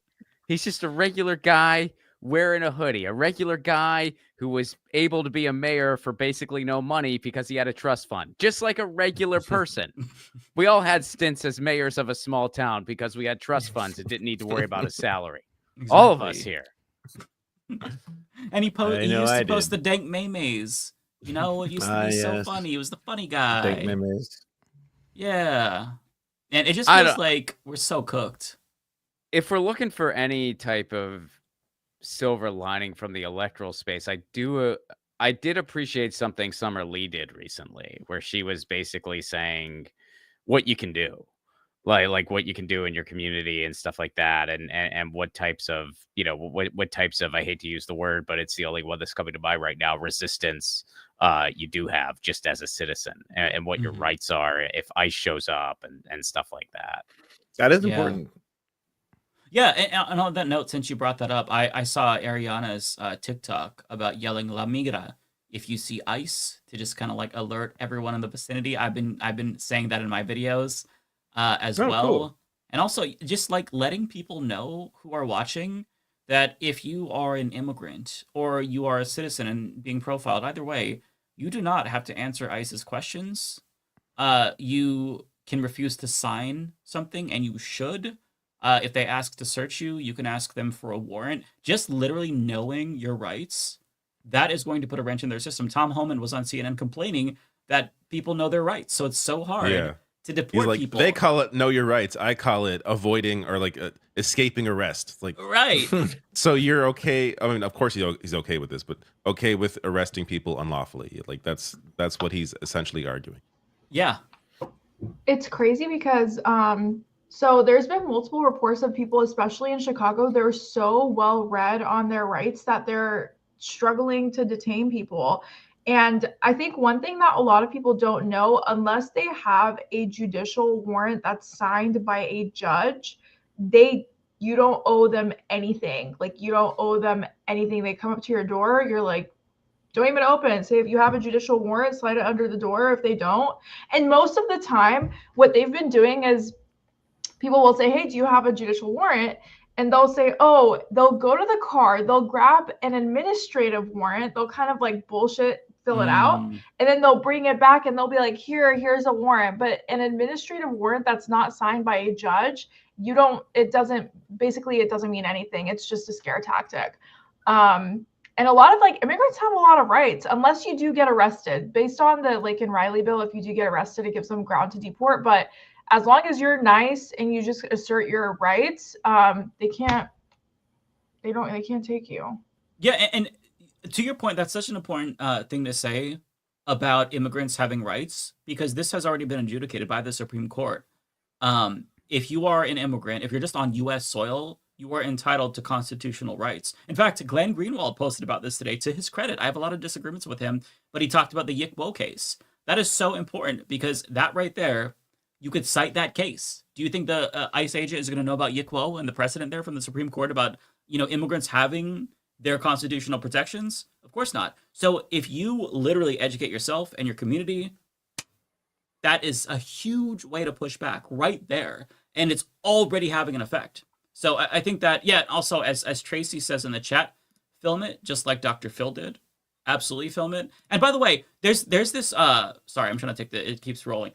There's this effort to like make it seem like it's just the criminals. You see Dr. Phil and Fox News going on these ride-alongs. Last week we talked about the Cenk and Anna saying the same thing too, and it's complete nonsense. It's Dr. Phil 50% just are goes on not side criminals. quest now. Like, Yeah. sorry, I just had to say that. No, but he wants you to think that like it's just criminals. He wants you to think that these little individualized cases, this guy's a murderer, that's representative of like all the immigrants. No, 50% are not criminals. And it is never just about like getting rid of the criminals. It's about people who are here because to them they think they're all criminals because they're here illegally. No human being is illegal, but that's their way of thinking. So you have to understand that like that is a propaganda tactic and know when you see propaganda. Like I think Rebecca did a great job last week spotting the fake ass Fox News propaganda with the Haitian guy who didn't have a Haitian accent. You know, it was very weird. They were letting him scream into the camera. Like, you know, a lot of this shit is performative. I don't trust Fox News. Just like there's going to be a massive propaganda campaign. We're going to be subjected to tons of different psyops. Just like be vigilant and overly skeptical these next couple of years and like inform yourself and people because that's the only way that you can really push back, at least temporary, until things really ramp up because they will be going into schools. Like that is something that is going to happen. They already have. No, they have here in California. Have they? Wow. Yeah. I mean, they've shown up to schools. They've shown up to churches. Yeah, because they can. And Trump made it so they can go into hospitals, churches, and schools. So. Wow. Yeah, so that's gonna be and like even if you don't care, like just if you're one of these people who hates immigrants, fuck you. But I mean, do you want your kid in school to see their classmate get deported? Like, can you imagine what that would do to them mentally? Probably. Yeah, that's a bad question to ask. But like, well, here's a better question to ask. Here's one. You know, if you have a problem with immigrants, yeah, fuck you. But guess what? Do you like having stuff in your grocery stores? Because you know what's been happening. A bunch of people were not able to go to work on the farms today in California. So there's a bunch of citrus in particular that is literally rotting. It is rotting. And guess where 75% of domestic fruits and vegetables come from? California.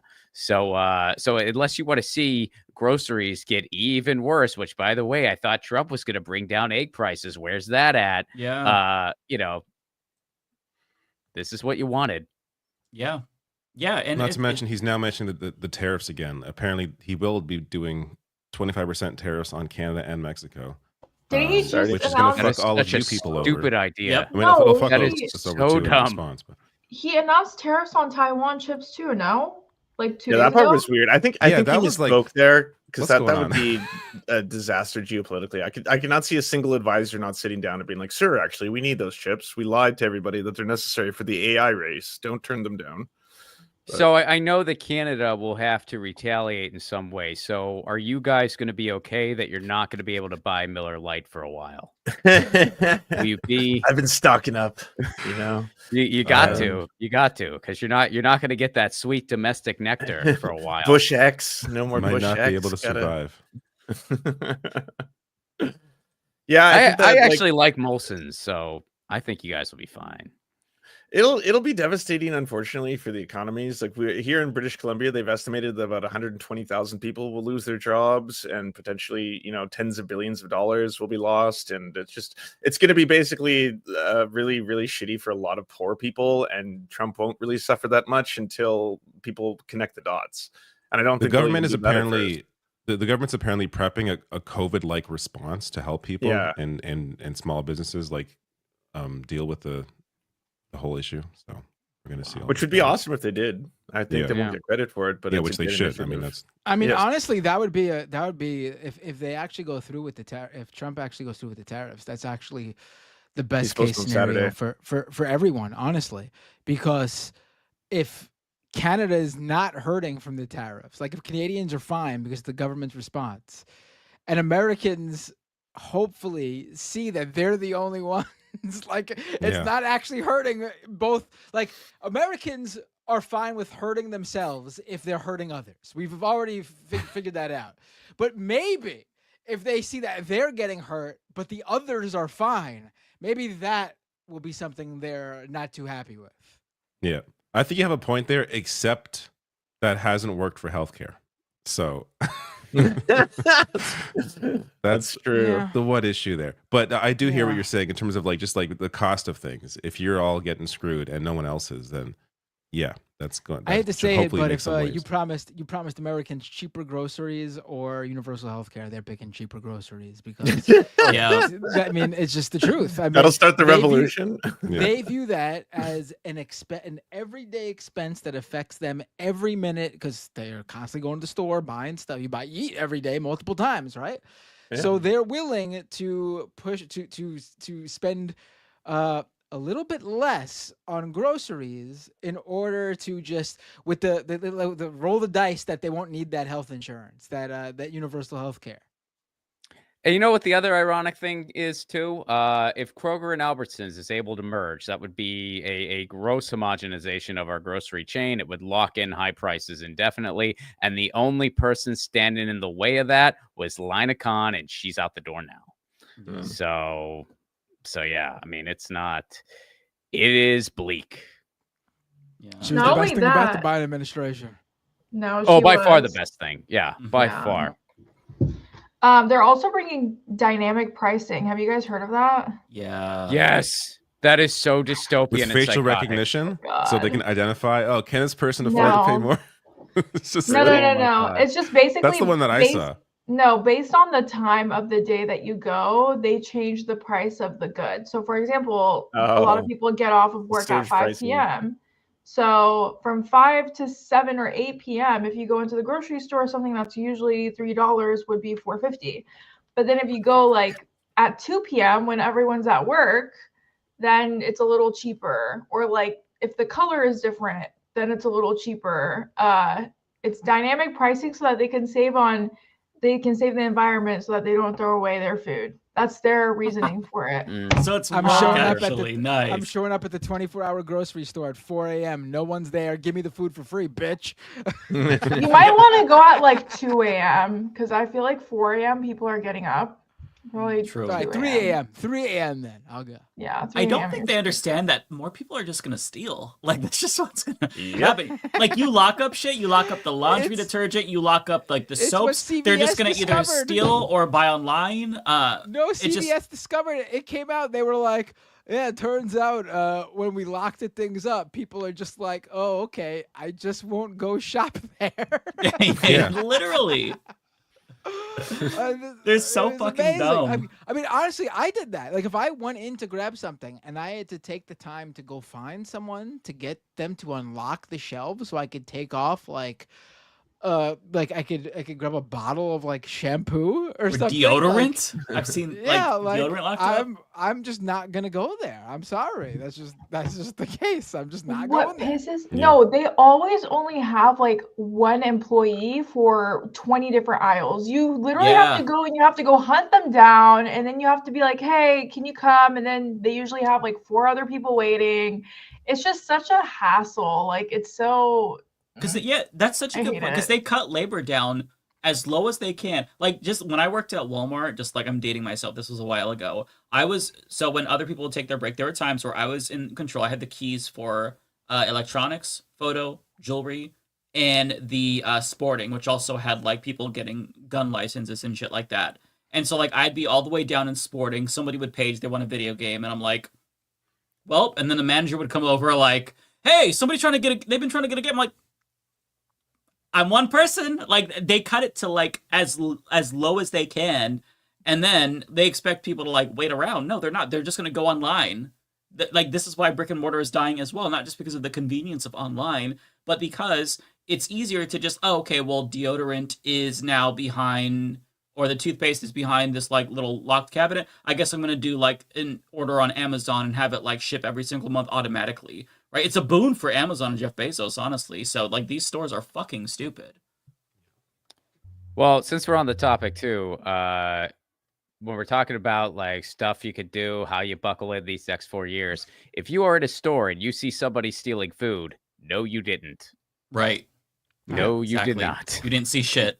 You saw nothing. I mean, Yeah. you don't even gotta tell me. That's been my Yeah, anyone ratting my someone else out rule for food is yeah. ridiculous. Me too, but Yeah. you know, just putting it out there anyway.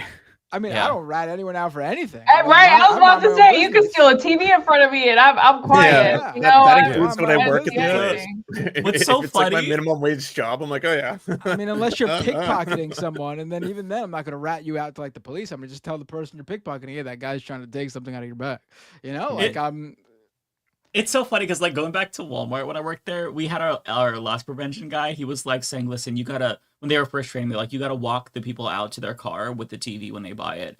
And I'm like, "You have to walk them to the car?" And they're like, "Yeah." It's like we'd put the TVs in the carts, and they would just walk out with the TV. And my thought was like, "That's fucking base. Like, goddamn, that is amazing. Like to just walk out with a fucking TV. You know what? They earned that TV. Okay, fuck you.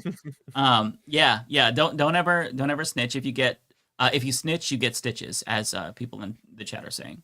But I will say though, like, if you are planning to steal, like, definitely be careful because a lot of these big stores are using AI and stuff like that, and they will clock you. Like, they will build a whole entire rap sheet on you, and they'll clock you badly. And especially in a state like California, petty theft can land you like a hefty. Ever since they repealed, what was it, Prop 36, I believe. The whole the 3-strike thing. Yeah. That's not the proper name, but that's basically. Wait, but I heard that it was legal to steal in California.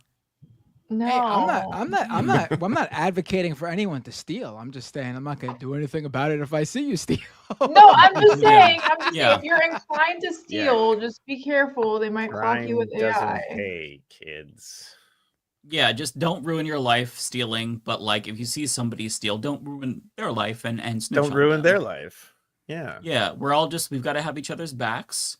And if you choose to rat somebody out, you are literally choosing a multi-billion-dollar company over some person who just wants like some fucking gum. That hates you. They won't even Listen, I'm reward not. you. I'm not speaking. coupon at I'm best. not speaking from experience here, but let's just say you got to be smart about it. You know, those self checkouts are there for a reason. You know. Speaking of stealing, we should get some super chats here. You go up with. If I was to steal, David's like, can I go to sleep, please? Like, stop It's giving 10:40. I gotta. how to steal. Yeah. You go up with a bunch of Let's items. get out of here. You actually scan and pay for the cheap things, and then that bigger item just didn't scan for some reason. I don't know what happened. The scanner must be broken. I almost just quick. Didn't even realize. Didn't even notice. Quick story here. I almost had a Best Buy employee steal from me, which is a hilarious reversal because I bought a television and I know they did this on purpose. They didn't think I knew better. So I bought this TV and they're like, okay, we'll bring it out. So they brought out the TV. I put it in my car. I look back. I'm like, that's like last year's model. That's not what I bought. Like they gave me a less expensive television because they were going to turn around the other one. So I had to go out. I didn't want to rat them out, but I'm not gonna fucking take home the television I didn't buy. Right. This is like years ago, but I went back in and got my TV. But the manager was like looking at them like, "What the fuck you guys doing?" Like they clearly did it on purpose. But yeah, just watch how you go to Best Buy. To me, I fear that would have worked on me. Yeah, to me, like Same. the thing about that isn't like, oh, they tried to like sell the more expensive TV. That's smart. The thing that would have really offended me is I would have been insulted that they looked at me and was like, "Yeah, this is the fucking sucker we're gonna scam." This guy looks like a that fucking is what idiot. bugged me. No, you know what bugged me. I'm like, you fucking guys thought you'd get away with this shit with me? Like, do you know who I am? Do you know how many video games I play? Like, I know what I'm doing. David pulling here's the the flip side. card. Oh my god. Here's the flip side, though, and why you should actually be flattered. They probably pull that move on everybody, and they probably thought, this guy seems like a cool guy who's not going to rat us out. He's just going to come get his TV if he notices. Fuck that. Yeah, no. Maybe they Who's gonna did do think that? that until he stomped back in the store and went, "Do you know who I am? I'm David Dole from the Rational National. I play video games." I think this 500,000 is subs. pre-Rational National Days. This is like a while ago, but it was just like, it was wow. Like, all right. That's funny. Anyways, speaking of stealing, super chats. Let me. Yeah. How super chats related to stealing? I will say that Because we're Considering stealing one of the David's super chats I time. got, I feel like I'm getting like a bandit here, but I'll get to that I in a will minute. say that I always stick around for my super chat people. So they should never feel like I'm stealing from them. Like maybe some people who get super chats and don't stick around. I am. What the hell? I'm sorry, Bender, that you're able to stay. That you don't Matt. sleep.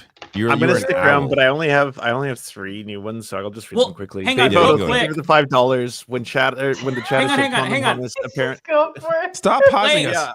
Let's get out of here. Apparently they real meant quick. it. We have a thank you guest. so much. We have a guest. So let me just say, Ron, you don't have to stay I here don't if you get don't to want. stick around. I want to stick around Ron, for the super you chats. are more I than saw a welcome couple to cool stay ones. or leave. I am plugging your trailer in all of our chats right now. Real Thank quick, you. tell people where to find you before we get into super chats. Yeah, well, I'm going to stick around for the super chats because I saw some fun ones. But yeah, my movie is called Left at Wall. You can get it on Apple TV. You can get it on YouTube Movies.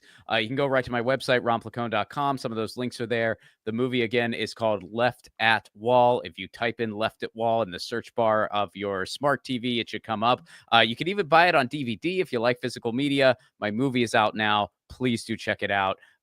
It's a really fun time. I'm really proud of the movie. Check out the trailer. Check out the movie. Yeah. All right, I will shut up and let you all do super chats now. Who's going first? Lance got a few. I only have 2 more to read. Abscondage, thank you for the $2. When one Jimmy door closes, another opens. JCast, thank you for the $2. Toenails, even tastier than fungi. And also thank you to Steve_Boots for the raid. Hi everyone from Steve_Boots. Everyone go check out Steve_Boots. Oh, Steve is great. I watched a few of his videos this week. He's good. Great Canadian coverage. Mm-hmm. All right, I will quickly go. Emo Dragon, thank you so much for your super chat. Are you supportive of these onesies? Indeed, very much. Next I never one. thought I needed Bernie Sanders saying the word onesie in my life, but we really did. I got to get on the soundboard. It's so good. Donna Monroe, $2 super chat. Thank you. Says, vote NDP or Green or what? It depends on your riding. It depends who's competitive with the Conservatives. Do not let Pierre Poilievre vote form for government. Sarah Jama. She's an independent and she's leading in her riding. Vote if for you are Sarah in Jama. Hamilton Center, I believe, right? If you are in Hamilton Center, vote for Sarah Jama, who was awesome. NDP. She's now independent. Palestinian. Yep, not allowed in the party apparently. Well, sorry, that's Ontario, right? The Ontario election. Yes, so it's not for the federal election, but so yeah, in terms of, I guess, yeah, I mean, this applies to all, whether it's provincial or whether it's federal, but just do not let. I mean, in terms of the federal election, do not let Pierre Poilievre and the Conservatives form government. So whether it's the NDP, whether it's the Green, whether it's independent in your riding, see who is the most competitive. Yeah. Thank you, Donna. Next one is. I like how the four of us were just on board, like we knew exactly what was going on there. Like we were just like, oh yeah, no, that's definitely Ontario. Yeah, no, you're thinking Ontario. I keep them updated sometimes. Jay Cass, thank you for your super chat. Says in deep voice, Trojan man. There you go. Next one is woke crypto bro. Oh, woke crypto bro. Wait, this one's not from. He sent a few of them. So this is the robbery I was talking about. David, are you remembering to uncheck them in the? Yes, I am indeed. Okay, perfect. Woke crypto bro, $100 Canadian. I would like to see if you gave the others Canadian. I think I deserve $100 No, he American. did, because he gave me Canadian the other day on my stream. So it was Canadian for everybody. It says some Trump scam coin winnings for you too. I noticed you delete Mark Carney from the thumbnail of that video. Yeah, he ain't the face of the party yet. I admit I am a bit wary of the banker of all bankers being the champion of inequality, climate change, like he claims to be. So in terms of that video, YouTube has this thing where you can do like thumbnail tests. So occasionally I'll do like, you know what, I'll try three different thumbnails and see what works. The reason why he's no longer in the thumbnail is because the one was just Pierre Poilievre performed the best. I do think Mark Carney will. It's going to be him or Chrystia Freeland. I believe is going to end up being the leader of the Liberal Party. I think Carney has a better shot, but we're going to see where things go. But yeah, I agree with you. I mean, it's the Liberal Party. Like you can't expect like, you know, a socialist to run the Liberals. But Mark Carney, in terms of potentially avoiding a conservative majority, I think is probably the best shot the Liberals have. Thank you again, well, crypto bro. Well, one more here from Kowalski, if I can find it, because there's a lot in here. Here we go. Kowalski's, thank you for your super chat. Says, in some okay news, I now I know a couple conservative Saskatchewan farmers that are pissed over the conservatives not taking a strong stance against Trump. Yeah. I imagine there's going to be a few of those. So we'll be curious to see how the whole tariff thing plays out. Hopefully it's not as shitty as it feels like it's going to be. But all right. Thank you all for the super chats, and thank you all for the great conversation. Very enlightening. It was good to be back this week. I was gone last week. I maybe got next week. Great to have you back. I'm just like over. I'm over politicked. So I guess I know. you know, I feel your pain. it's By the way, just- I it's did just- already put the timestamps in our Twitter chat, so you all can add them to your streams afterwards. I was Awesome. doing it while we were talking. I was writing that down. So Period. All right. Thank you. you're welcome, night, VOD all. viewers. Take care, David. Is it okay if I go through mine because I don't? Yes, please go get ahead. As many as you guys do. Yeah. Cool. You might if you Well, stood a little bit longer, but feel free. Honestly, I'm freaking fried from the liberal army that just tried No, to I take feel me your out this week. So No, I know, I I'm just almost kidding. didn't join because I'm Aw. just like my brain has been so fried. They have been attacking me for my life, but I'm Jesus. doing better today. So I mean, if Listen. it's any condolence, I'm pretty confident that there's only 3 of them that actually believe that stuff, and the rest of them are just paid.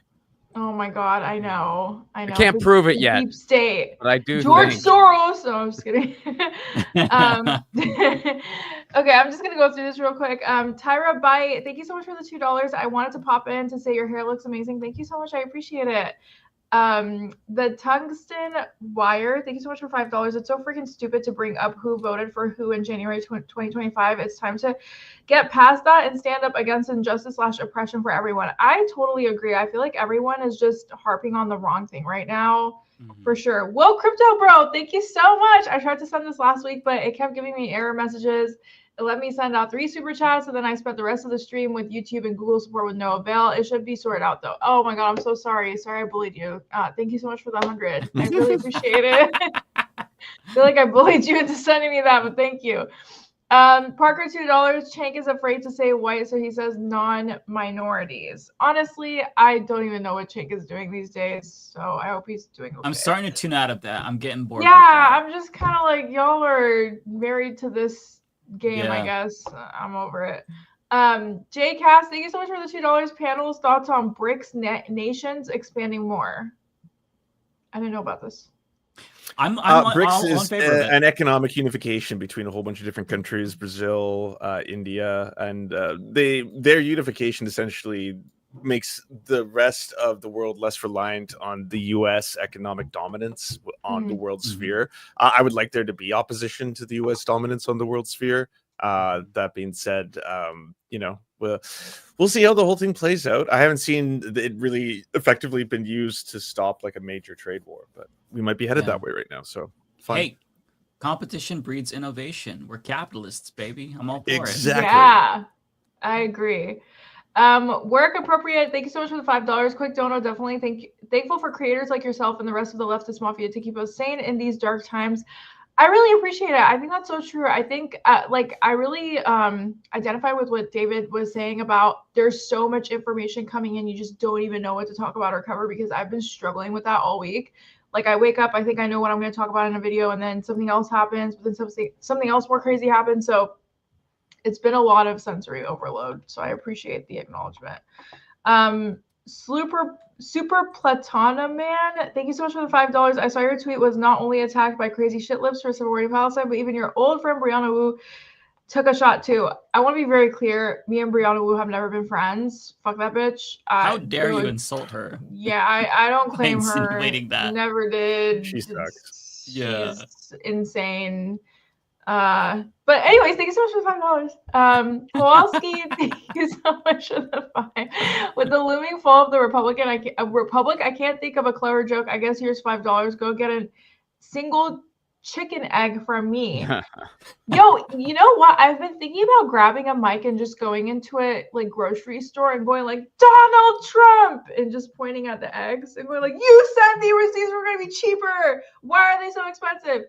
I feel like, I don't know, Republicans came in with that energy and like no one's showing that energy towards eggs now. Yeah. So, you know what We I got to mean? get those stickers, the I did that, and put them on the gas pumps, but with Trump's face this time. Yes, I agree. We need to be so fucking insufferable. Like we're not even We creative. do. Actually, that's a really good idea. I'm gonna get those We stickers do. printed up. No, like we do. That's a We good need idea. to be insufferable. Like they were Right. so freaking insufferable during Biden's administration, and all the Democrats are just eating shit and staying quiet. Like, no, you're gonna hear Yeah. from us. You know what I mean? Get a stamp with Trump's face and a Hitler mustache, and just stamp it on random things. Stamp it on fucking Period. a little egg carton. Just have fun. Stamp it on the forehead of your MAGA uncle. Just have some fun. Be insufferable. Be a God. little bit of a lib, but not too much. You know. Did you guys see Can that? you still hear me? Yes, we can hear you. Okay, weird. OBS crashed. No biggie. Oh. Did you guys see that comic where it showed the MAGA person and they're screaming about egg prices and how Trump's going to fix it, and then Trump's in office and they're reading a book and they're going, actually, egg prices are very, very complicated, I and saw none of that's on the So annoying. I know. There was this TikTok of a girl taking one egg from a carton and putting it in her pocket, and she was like, by Saturday I should have a dozen, implying that she's stealing an egg a day. And I was like, I really feel like that's where we're at now, honestly. Okay, anyway. I love it. Work appropriate. Thank you so much for the $10. Just adding some hope. There's 35 seats in the Senate up for re-election to 2026, mostly Republican, and there is many seats up for re-election in Congress as well. We might have a chance, hopefully. Well, I'm hoping what happened last time happens, where we completely flip everything into blue and Trump kind of gets a little bit, restricted in what he can pass. But I don't know. We'll see. We'll see how badly he fucks up with the tariffs and stuff. Juramal, thank you so much for the $5. Can everyone recommend a book relevant to the times? 1984. Anatomy of a Revolution. Fahrenheit? Yeah. Yeah, I have not been reading political books. I've been reading Me fiction too. that's like not anything Me related to too. our reality. What I will say is I always recommend Project Hail Mary. That's like my favorite book that I read in recent times. It's by Andy Weir, the author who wrote The Martian. They're making a movie of that. So read the book before the movie comes out. I'm on the fun fiction kick right now because I need to escape, honestly. Me too. I'm literally reading a book about how this girl is dating a doctor that might be a serial killer. So I'm not the best Oh, hell one yeah. to answer this question. I just want to rot my brain with fiction. Is it by right Frida now. McFadden? It's called The Boyfriend. I think that's by Frida McFadden. I fucked with so many of her books. I went on a Frida McFadden kick. Okay, cool. Because I'm really liking this book. I think I'm going to start buying more of her books. Like, it's really good. Read The Housemaid next. The Housemaid. Okay, I'm going to write 10 out that of down. 10. Yeah. Okay. Lovecraft Country is really good. I just read it randomly. I'd recommend it too. Is that based on the show? Good fiction. No, it's just basically a look. It's like, exploring the idea of why is there so little science fiction written for like people of color or women, and then the nightmare of people living within the actual racism of the U.S. trying to think about that. It's neat. It's kind of you'll learn a lot of really interesting history, but if you like also kind of like creepy and scary things, it's fun. So I'd recommend Lovecraft Country. Nice. Cool. Definitely gonna grab those. Spam Tana, Spams, thank you so much for coming in. Elon Musk wants to go to Mars to open gate to hell to harvest ardent energy, which is made from the souls of tortured spirits. Doom eternal. Shout out. Honestly, I'm gonna be real with you. If it gets to a point where like humanity is about to go extinct and our only option was to hop on, one of Elon's spaceships for $1 million to go to Mars, I would genuinely rather get wiped out. Like I'm not interested. You know what I mean? Just like, just give me some shrooms or something. Let me be a little high. I'm good. I'm okay with my fate. Yeah. Lizzie Bennett, thank you so much for the $5 about John Fetterman. It was either him or Oz. At the moment, if you lived in Pennsylvania, you were screwed. Okay, hot take. I think Dr. Oz would have been better than Fetterman. Honestly, yeah, I agree. I agree. At least maybe on Israel-Palestine. Right, like we don't know. Has he ever said anything? I mean, and I'm not saying that wouldn't be better. He wouldn't have been good. He just wouldn't maybe he have would have been terrible, but like we wouldn't have been a Democrat doing it. Yeah, that's true too. Because at least with Oz, like, you know what, I've got to put some respect on Oz. Like, he was like, listen, I'm a Republican fascist. Like, this is who I am. Vote for me and you get that. You know what I mean? John Fetterman put up this whole. I don't know though. Maybe the stroke. I was talking to my boyfriend. He was like, people who get strokes change all the time. Like they That's just true. completely lose themselves and they turn into a completely new person. He sees it all the time in the hospital. So I'm like, I don't know, you know, maybe the stroke did something to him. I have no clue. But He I feel like admitted it did. It made him a conservative. So yeah, he's no, right. literally. It's so sad. Tracy, hi Tracy. Thank you so much for giving me the €5. I really appreciate you. I'm really worried about Sandy of Left of the Box. As a non-binary person, Sandy is struggling. They expressed feelings that raised red flags for me. Who is that? Oh, Sandy Lobus. They are a smaller non-binary creator on YouTube. I've been on their show. David Dole's been on their show. I'll reach out to them. And Yeah. make sure that they're doing okay. I'll send them a little DM. Thanks for letting me know about that. Yeah, thank you, Tracy. Yeah, I feel like if someone who knows them could reach out, that would be cool. Otaka Dragon, thank you so much for $2. Greta Thunberg is autistic and not a Nazi. I had no idea Greta Thunberg was autistic. Yeah. And also not a Nazi. Definitely Right. not a Nazi. Yeah. Looney Tunes, thank you so much for always being the best mod. Split this donut for my work between you and Lance. Thank you so much. I appreciate it. Django Fett, thank you so much for the $3. Bay Photo. Former CVS employee here. Believe me, the employees hate that everything is locked up too. It's one more task they have to deal with on top of everything, and the corporate refuses to increase payroll hours. I agree. I think it's just hated on all different sides. Also, did you guys see that report where the stores actually came out and they said that it's hurting our sales? Like we aren't, you know, the whole point was that they saved from stealing, but then they lost money. So I don't know. Andrew S, thank you so. I know we love it. Andrew S, thank you so much for the $10. Catalyst, thank you so much for the 5. Haters gonna hate. Don't forget to self-care. I totally agree, which is why I read stupid fiction books. Z, sub to your channel recently, and I loved your video on Destiny Drama. Looking forward to watching more videos on your stuff. Thank you so much. I appreciate it. Yeah, my team and I took days to aggregate that video because that man is problematic. But thank you. I need to see that still. I'm not super caught up on that. The allegations went back to 13 years ago, so we had to do a lot of research on it. Yeah, he's not a good person in my opinion. Arenza, thank you so much for the 500 yen. Liberals will always be NIMBYs and will be the first collaborators when they don't get their own way. I totally agree. Last one, Andrew, $5. Thank you so much. We need to brand a clothing line that states, "Do you support the onesies?" on onesies. Do you support these onesies? Who's gonna take that idea? We should do it. We should make Leftist Mafia onesies. I agree. That'd be amazing. We should just have like genuine like or just regular shirts. We haven't done shit. I feel like we should. Time to merch it up. Time to merch it up. We have done nothing. It's so we bad. should, honestly. I would be down. Like some sweaters or something. I would buy one. Sweaters? That's very specific. I'm a sweater I guy. only wear sweaters, so I don't know if you guys have noticed. Do you mean like long sleeve shirts? You mean like sweatshirts? Or are you talking like sweaters? Like sweaters. Yeah, I love sweaters. I'm a huge that's sweater. not a sweater what you're wearing. That's a hoodie.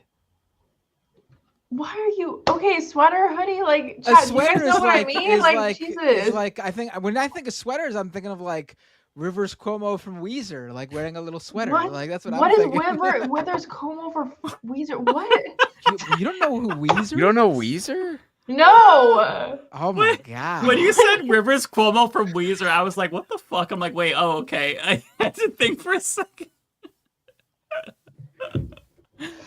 I have no clue what's going on, chat. Does Gen Z call hoodies sweaters, or is that just you? I call them sweaters.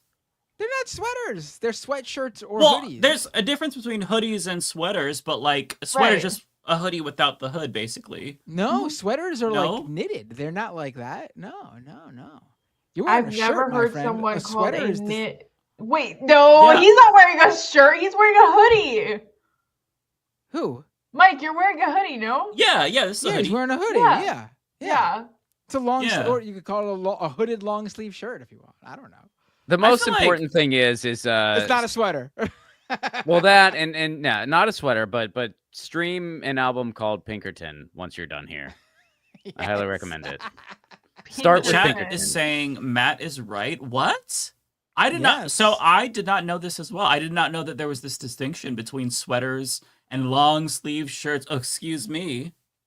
You gotta know clothing, my friend. You gotta be. Yes, You gotta because be. you're the fashionista of the group. My apologies. You'd be surprised. You'd be surprised. Let's let Ariana have a break, okay? She's been dealing with liberals all week. Literally, everyone wants to bully me. Zionists, Republicans, liberals. Now I've got the leftists on me. Like, honestly, I'm one person away from becoming RFK at this point. Like, keep fucking with me, okay? The switch is gonna come. If you guys keep messing with me, I swear to God. She's gonna go Joker mode. Okay, don't fuck with her. Oh man. Luigi Mangione. I'm just kidding. I'm just joking. Okay, guys, thank you so much for having me. I'm gonna go eat and hopefully Take sleep. care. And please, Ariana, one last word. Do not worry about this bullshit. It will pass, and nobody's gonna remember this shit in like a week. So don't worry about it. I know. That's what my boyfriend was Let it saying roll off your too. shoulders. It's hard, but just try to let it roll off your shoulders. I know. They put me what was my downfall was that they posted the screenshot of the tweet on a very big Reddit page and it blew up. So I had very specific Redditors, you know the type of people I'm talking about. They were the ones coming after me. And I was like, listen, if you want to go on a date, you could just say that. But like other than that, like leave my I'm just kidding. I feel like they're all kind of just like repressed men in cells in their basements that They are like hate themselves, and they take joy and pleasure out of like making fun of other people. If it makes you feel any better, when I first started doing YouTube videos, one of my videos blew up on Reddit, and it was before I had the beard. So there were upvoted comments that were very high talking about my punchable face without the beard, and then like people zooming in on my face, and I was like, damn, that's pretty fucked up. But I can't say I disagree because I kind of see the point that they're making. I grew a beard after that. Well, I love the beard for what it's worth. Thank you. I love the beard. It's gender affirming care for men, so it helps. Period. Now who has the punchable face, Redditors? Huh? You! I'm just kidding. The Redditors themselves. All right, guys. It was so much fun coming on this episode. Thank you, chat, for all the money you guys sent. I'm so blessed. Thank you. Yeah, I'll see you guys next time. Take care. It was so nice meeting you, by the way. Thank you so much for coming on. Nice meeting you. Thanks for having me. Thanks. Bye, guys. Take care. Bye. All right. You want to go next, Mike? Yeah, I can go next. Okay. My first one here is from, oh, hang on. Let me pause my video on the back end because it distracts me when I see two different feeds. C33394009, $2. Thank you so much. Can we start calling Dogecoin Yahtzee coin now? Let's call it Nazi coin. I think that's what you were going for. Tracks. But yeah, I like that. No, that wasn't Donald Trump's scam though. That was like an earlier scam, right? Yeah. Right. Yeah. I'm not big in the crypto world, so I wasn't necessarily like privy to what was and wasn't popular. But I did hear of Dogecoin a while because I will say that Trump's meme coin has been really good for the argument that the whole thing is just a casino. Like it's not a legitimate financial instrument or investment. It's buying a lotto ticket or pulling the thing on the slot machine. Yeah, that's what it is. I mean our whole system is that. I mean that's basically what Wall Street is. Like it's all just varying versions. Stocks, of that. yeah, that's true. Yeah. John Lithium, thank you so much for the 5 gifted memberships. This is the 3rd week in a row I think you did that, John. Thank you so much. You are so kind. Way to have a cool name, by the way. John Lithium. Right. If you have an album, I want to buy it. It's got to be his real name for sure. Yeah, but totally. But still, like just the avatar, John Lithium. I'm on board. Yeah, you know he's a badass. The Tungsten Wire, thank you for the $2. I own a rooftop restaurant. Come by one day. Maybe I will. That sounds amazing. I love rooftop restaurants. I've been to them before. And it's always cold in Oregon, but if the weather is nice, it really is awesome. Marlon Brimmer, thank you for the $2. Y'all see the TYT story about the plane crash in DEI? I did not see the story. I just saw the tweets. I don't know what TYT is doing because I don't follow them. The only time I hear about what TYT is doing is if the Vanguard is talking about what TYT is doing. So if they talk about that, I will hear about it. Trying to save their network. That's what they're doing. That's what I think. They're Yeah, doing. Trying to save their network. pretty I clear think that's the all play. it is. They're just, Yeah. you know, they're seeing the money that can be made on the right, and so they're just going that way. And I think I think for both of them, it's not that big of a stretch anyway. So Yeah. Tara, thank you so much for the $5. You're so generous. Did you see Kyle Kalinski's video that came out this week about Kamala being robbed of 3.5 million votes? I did not see it. I saw it on my feed. I didn't watch it yet, though. I know it's about a report from Greg Palast. It doesn't surprise me. Like, I don't know what specifically it refers to, but like if you take voter suppression and voter roll purges and whatnot, like that adds up. So yeah, I kind of feel like that is something. Is that what it is? And I don't know what Kyle covered, nor do I know what Greg Palast covered, but I do recall in the days and weeks and months following the 2024 election, you had some like blue MAGA-esque conspiracy theories from liberals about, you know, just like how like Donald Trump and company were claiming the 2020 election was stolen. Right. Well, Kyle has shut down those types, so I doubt that this one is going to be the same. Well, here's the thing. I mean, there was definitely some of that where they were saying stuff like, "Oh, Russia's going to infiltrate the machines from Moscow and stuff like." But then, Greg Palast is not that. I mean, Greg does some amazing work, and he was basically, I mean, because I had him on my show shortly before the election to kind of talk about, well, what should people brace themselves for? And he kind of laid it out, like just all the suppression tactics he had seen that far. And it really is. I mean, it's a shame that stuff like that gets overshadowed by like just, you know, blue MAGA cultist nonsense when there is some actual true grievances to be had. Yeah. Especially in Texas, like they put people into a state, like if they don't update, if they send out like an update request to a community that's like disproportionately people of color, and they don't get back, they could be placed into a different like section on the voter rolls where they have to not re-register, but they have to send in information, and so their status is in limbo. So there is things that Republicans do to suppress the vote. With that being said, I have not seen this though, but the takeaway is that we all should have stormed the Capitol on January 6th, apparently. No, I'll check it out though on a serious note, because I have not seen it yet, but thank you. Tom, thank you for becoming a they member. all got away with it. Wouldn't have been such a bad idea, I guess, right? I mean, look what ended up happening 4 years later, and they're all free as a bird with zero, you think a Democrat would pardon us for storming the Capitol? They would let us rot. That's true, too. Not that I would ever storm the Capitol for anyone. Can we add more years to their criminal sentence?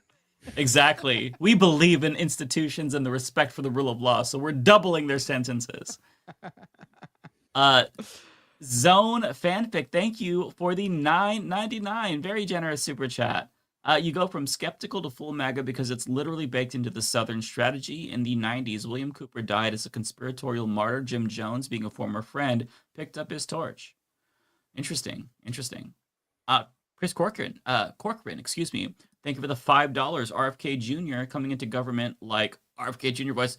Hello, polio, my old friend. You're gonna infect the kids again. I can't do the voice, but I get what I. It is in melody too. So that was a very good, very good framing there. Yeah, the problem was you're gonna really infect the the kids again. Da, da, da, da. Oh, well that's done. good. Well done, Chris. Appreciate it. I'll be honest. Love I it. don't know if Mike got the reference. To be quite frank. Yeah, the hello darkness, my old He friend. got it. There it Okay, is. so Mike coming through. Give me sometimes some doesn't- credit. Yeah, sometimes Mike isn't on the up and up with some of the. I'm a little bit out of the loop with what the kids are listening to these days. You know, they're Justin Biebers and they're Beatles. You know, And apparently not Weezer. Apparently not Weezer. I know it just took me a little bit, but I remember. Okay, so the next one here is from It's Over 9,000. Thank you for the $5. Just finished a long day helping seniors and the disabled with SNAP and Medicaid. Hey, that's amazing. They are terrified. The trauma's real. Thank you, Leftist Mafia, for helping me unwind. Well, it sounds amazing what you're doing. The fact that you're doing this is awesome. I don't blame them for being terrified, but the fact that they have people like you is great. And I'm glad that we can help you unwind. What I'm actually interested in, like, do they the people who you work with who have said they are worried about their SNAP and Medicaid, do they talk to you about politics? I'm interested in what like their takeaway is. Are they actually blaming Trump, or is it just like, you get Trump fans who try to like beat around the bush even when they're being negatively affected by the guy they voted for? Again, none of these people deserve whatever is Trump has in store for them. But I am interested in like just basically seeing like how they're processing it and what's going forward. I'd be interested in hearing stories about that, honestly. Yeah, this makes me want to do like voter panels and just talk to people. I should do some fucking voter panels and like try to like reach out to people on Facebook in like Pennsylvania and just swing states and just like take a temperature check. You could take a temp. Yeah, you could do your boomer. Get all the boomers you need right there on Facebook. That's why I said Facebook right away.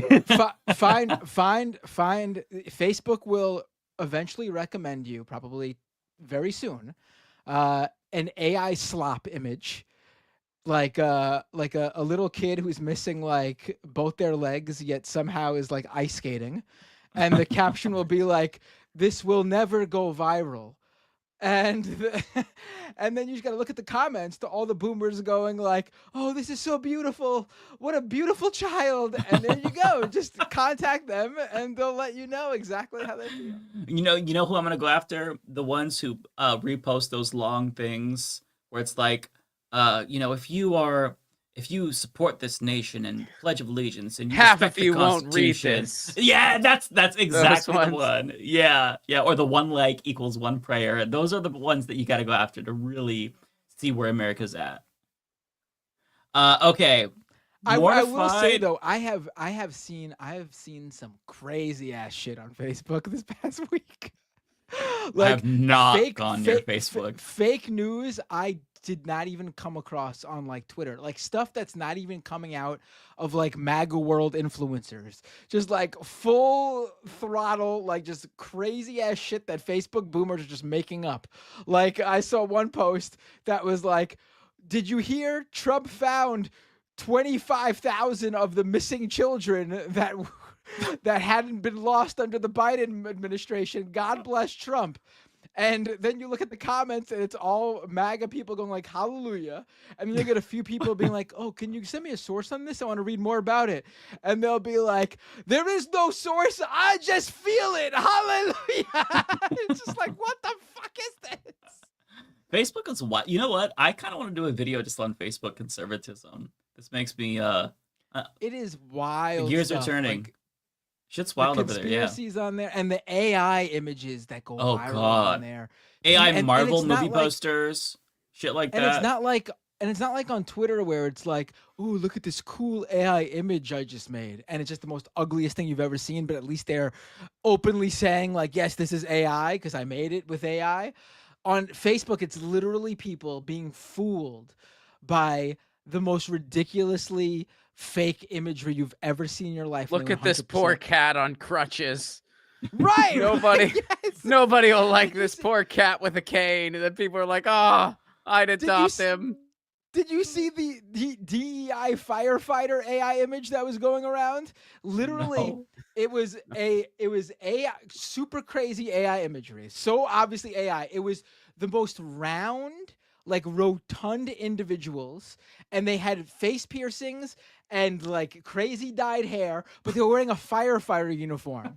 And the image was like, these are who's running California's firefighters under DEI. And all the Facebook comments were 100% not like, and like thinking it was real. Like, oh, I can't believe this is California's leadership for the firefighters. It's like, what are you like? This person can't even exist. They're just a round circle. They look like the planet Earth. They're with a little like head on them. Like these people don't exist. I cannot handle it. Or there's also the AI photos of Donald Trump with like an eagle, and he's like his shirt is torn off, and he has like a 6-pack, and his like dick bulge is showing, and these like get like hundreds of thousands of likes. Facebook is a different kind of a beast. It's so like wild that people still use that. It's insane. Yeah, it is. Okay. Mortified Penguin, thank you for the $10. Any fellow feds listening, please join your union if you're a collective bargaining employee. AFGE is already filing suit against 47 and have been sending us detailed info on the shitstorm. Interesting. Yeah. Yeah, join a union, especially now because he's trying to gut the labor board and yeah. Yep. I mean, not that labor was great under Biden, but yeah, join a union now. Yes, always do that if you can. Always. Bay Photo, thank you for the $5. An airplane crash at the airport named after the president that fired striking air traffic controllers. How fitting. I did not even think about that. Yeah. Wow. Rowan Chandler, thank you for the $10. Really appreciate that. Love this stream. Well, hey, I'm so happy to hear that you love the stream. Also, thank you for becoming a new member. Really appreciate that. Max Danger, thank you for the 5. If the Dems want to step up at the moment, they should call for a general strike. That'd be amazing. That will never happen. Yeah, that will never ever happen. Because then that's basically them saying, "Hey, you don't need us. You have power outside of us." Which is, by the way, I think that's the only true method for actual change. I mean, somebody tweeted at me and they were like, "What politician do you think could fix this?" And I was like, "None. We need a general. Last name, strike." You really shut this shit down, and the oligarchs who really run this place, the Jeff Bezos of the world, they feel it in their pocketbook right away. Yeah, things will change. But for a general strike to happen, you need to have a lot of cooperation. You need to have people who aren't 1 or 2 paychecks away from going under at all times. And you need to have people whose healthcare isn't tied to their jobs. And we don't have that. That's why they strike like hell in other places. In France, they'll strike on the snap of a finger because they got the systems in place for it, and their healthcare is not tied to their job. Yeah, absolutely. It's not going to come from Congress. Something like that, if it ever happened, would come from unions or labor leaders, or like organizers in general. Because Congress would be the one to try to break up that strike and stop it before it happens, including most Democrats. Thank you to Greg Wright for the $5. Deport Luigi to Italy, and I'll go pick him up. Allegedly. Hey, I'm for it. I'm all for it. Archangel, thank you for the $10. Very big super chat. Did you guys see that Trump wants to deport some undocumented immigrants to Gitmo? I'm military and heard they're preparing for flights there as early as tomorrow. Disgusting and said, yeah, let's call it what it is. That's a concentration camp. Currently, ICE only has the capacity to hold, I think it's like 30,000 migrants. But if they send them to Gitmo, that has a capacity of 40,000. So this is dark. It's not the first time. Wait, Gitmo has that much space? I thought it was much less. Apparently, they have 30 to 40,000 beds, I believe. I can't remember what the number was that Trump cited. So they basically double their capacity to detain people like that if they actually go through with this, which they will. So yeah, we'll have to wait and see. But that's going to be hard because, you don't have access. Journalists can't really see what's happening there. So human rights can be abused. These cries will go unheard. I mean, last time we had a lot of people there. They were being tortured. And right now it's like, I think we're down to like dozens of people at Gitmo. There should be 0 and it should be closed. But like, if this happens, that is going to be a humanitarian crisis. Like, that will be massive. Like, I don't think people will understand just how bad that's going to be. Asa, CFO of Enron, thank you for the $2. I found a perfect nickname right now for Donald Trump, Dementia Don. Hey, I like it. Zone Fanfic, thank you for the $9.99. I'm going to roll the dice on this one. Trust me on this one. MK Ultra levels of effery is going on now. We must remain proactive but tactful. YouTube Chase Hudges. Once you know this, every Sayo. Chase Hudges. Okay, I'll look into that if I can remember. I do agree that we need to be vigilant, but also with your vigilance, don't let it don't lull yourself into a state of paranoia, because this is how you kind of become tinfoil hat conspiracy theorists. Like, when I say be skeptical and be vigilant, be reasonable. Trust your instincts, use common sense. Don't become a crazy wackadoo. Just look out for your neighbors. Question media that you're reading and think of biases and whatnot. Just things like that. Jeffrey Williams, thank you for becoming a member. Chuck Reynolds, thank you as well for becoming a member. Tokyo Hans, thank you for the 500 yen. Mike, just get a little Canadian flag pin. For some reason, every time I run into a Canadian here, they have a little pin on them. Do they really? Because they probably don't want you to think that they're Americans, I would imagine. Yeah. That's a good idea. Yeah, they always travel with that typically. Yeah. They know what's up. That's smart. Yeah, they get it. I mean, it makes sense. That's what I would do if I was a Canadian, so they didn't think I was American. Unknown, thank you so much for the £5. Spain has really good LGBTQ refugee legislation, including recognition of intersex reasons for fleeing for people who need it. Not perfect, though. That's good to know. That's really good to know. Yeah, I think that if things continue to deteriorate, these countries are probably going to update their LGBT refugee laws, but that may change depending on who becomes governor. Whoever takes over in government, like Canada right now, as Lance was saying. Like, they have those types of laws and protections, but that might change if Polyev and conservatives take over. So, like, just pay close attention to who's in power. In Italy, fascists are in power right now. So, you know, they changed the laws over in Italy because I was looking into like citizenship by descent over there, and they changed the laws. The Maloney government. So like I no longer qualified. And so yeah, I mean people know it's like, yeah, they know Americans are trying to flee the ship. And they're just like, nope, sorry, you gotta stay where you're at. Yep. A lot of people I've seen on TikTok are talking about like you can try to use if you have Irish heritage to get citizenship in Ireland. Great information. You'll have to Google that. I have not a single like ounce of of Ireland inside of me, so that's not gonna benefit me. I am like 85% Portuguese and 15% Spanish, so it's just going to be in that little corner of Europe if they have any. Portugal is still very friendly to people, especially if you want to be what I'm sure you're familiar with a digital nomad, which that's what I was actually looking into. You all would qualify. I mean, yeah, so it's Portugal. They got that pretty cool digital nomad visa. Yeah, a lot of countries have that. Even like a lot of Latin American countries, Costa Rica, they have digital nomad visas, and that's something that There's and then it's like you just keep renewing it until they give you permanent residency. It's like you can just renew it every year, and as long as it's like, oh, this person is not taking a job from anybody because they have their own thing that just needs an internet connection, and they spend money in our country and they're nice, so yeah, keep hanging out here. Right. No, they're cool with it. Yeah. No, there's options. It's one of those situations where you kind of have to have the resources, and it's hard to leave family and whatnot. So there's that. And if you have a job, but I mean, if you want to become an expat, or an immigrant, which is what I love how we call ourselves like expats when we move abroad and not immigrants. That's kind of like our mentality. But there's to do it.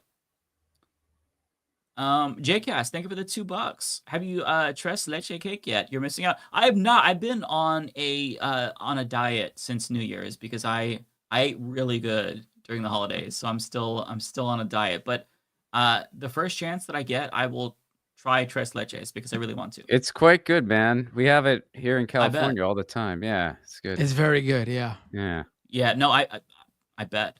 I will definitely try that. That'll be like one of the first things I try if I can remember. Because when I'm on my cheat day, when I get one, I'm gonna go crazy. So I'm gonna want a lot of shit. Stevie, thank you for the $5. Christians don't realize that Jesus already came back as Dale Earnhardt, who died before 9/11, and we've been in a slow apocalypse ever since. Oh well, more of them should know. You should spread the word.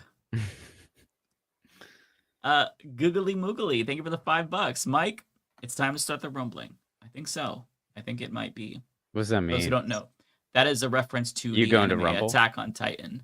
Oh. I can't explain it further than that because it would be a spoiler for anyone. So, but it's from it's an anime reference. So okay, I mean yeah. I prefer the you're going to Rumble. You're gonna start streaming on Rumble. I mean that's just what I thought. Like I was like, is that what that is? Yeah, like you're going over to Rumble. Hey, we've been there. Thomas LL4, thank you so much for the $5. I work with an ASD mouse model and they just won't stop doing the salute. It's out of control. As a dev neuroscientist, this has been frustrating. I bet. I bet it's probably been frustrating so much to a lot of people. And by the way, thank you so much again to Autistic Goblin for the $20 who explained. I'll read it one more time. But she mentioned this earlier. Autism makes it hard to understand social norms, not to avoid bigotry. Bigotry, fascism are not social awkwardness. Fuck these people, making the rest of us look bad. We don't need their help. Yeah, this conversation it's still insane to me. Like, there's not really enough words to articulate just how batshit fucking insane it is. All to, run interference for this weird ass fucking Nazi billionaire. I feel like I'm losing touch with the rest of this country. Like, I don't identify with them. Like, how can you, like, what the fuck? Well, don't you have moments where you just take a step back and realize what qualifies for thought leadership in this country, and you just want to, like, put your fist through a window? It's like, you've got to be kidding me. I mean, again, it's like we talked about it earlier on the stream. The fact that RFK is even being considered for a job like this, the fact that there are seemingly rational people taking him seriously that don't see through him, the clown car that Trump has assembled. It's like the fact that this is thought leadership in the United States is just, I mean, this is beyond idiocracy.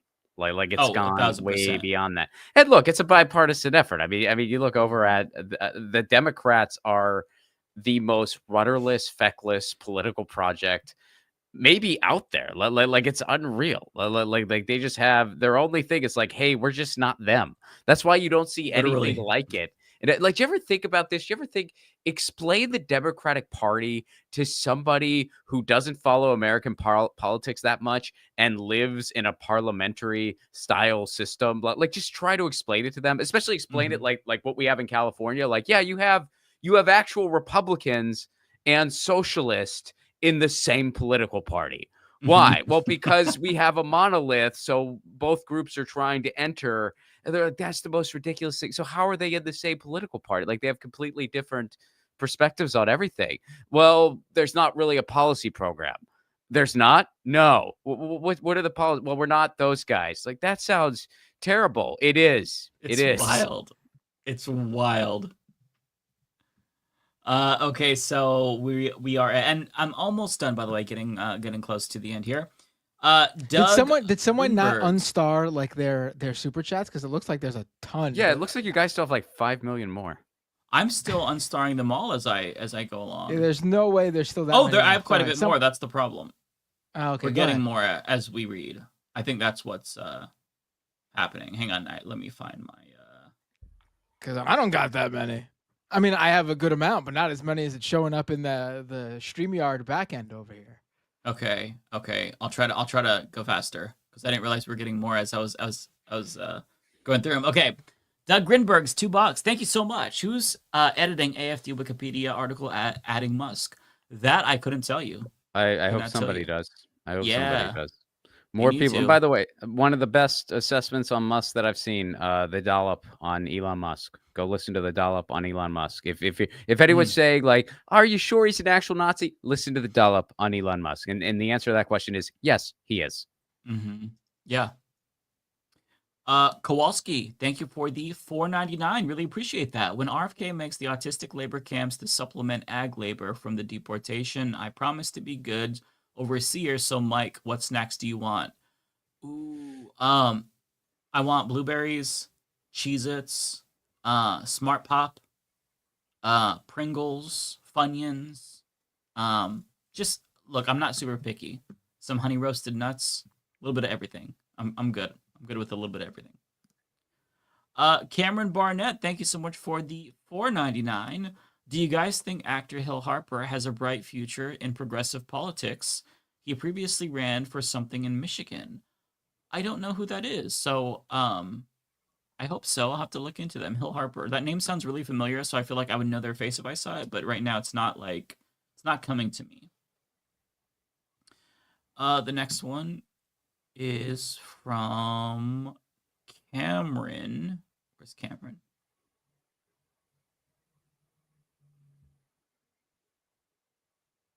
I lost my place. Give me 1 second.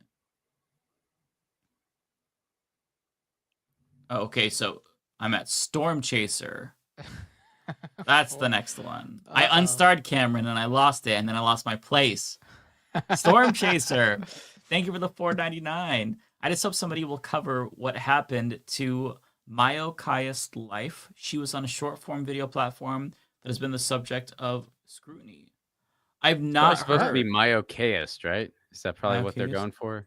I'm not. Oh, Mayokaya's life. Oh, okay. Now I see it. Okaist. Oh, okay. Yeah. So I've not heard about this. I will try to remember to look into that.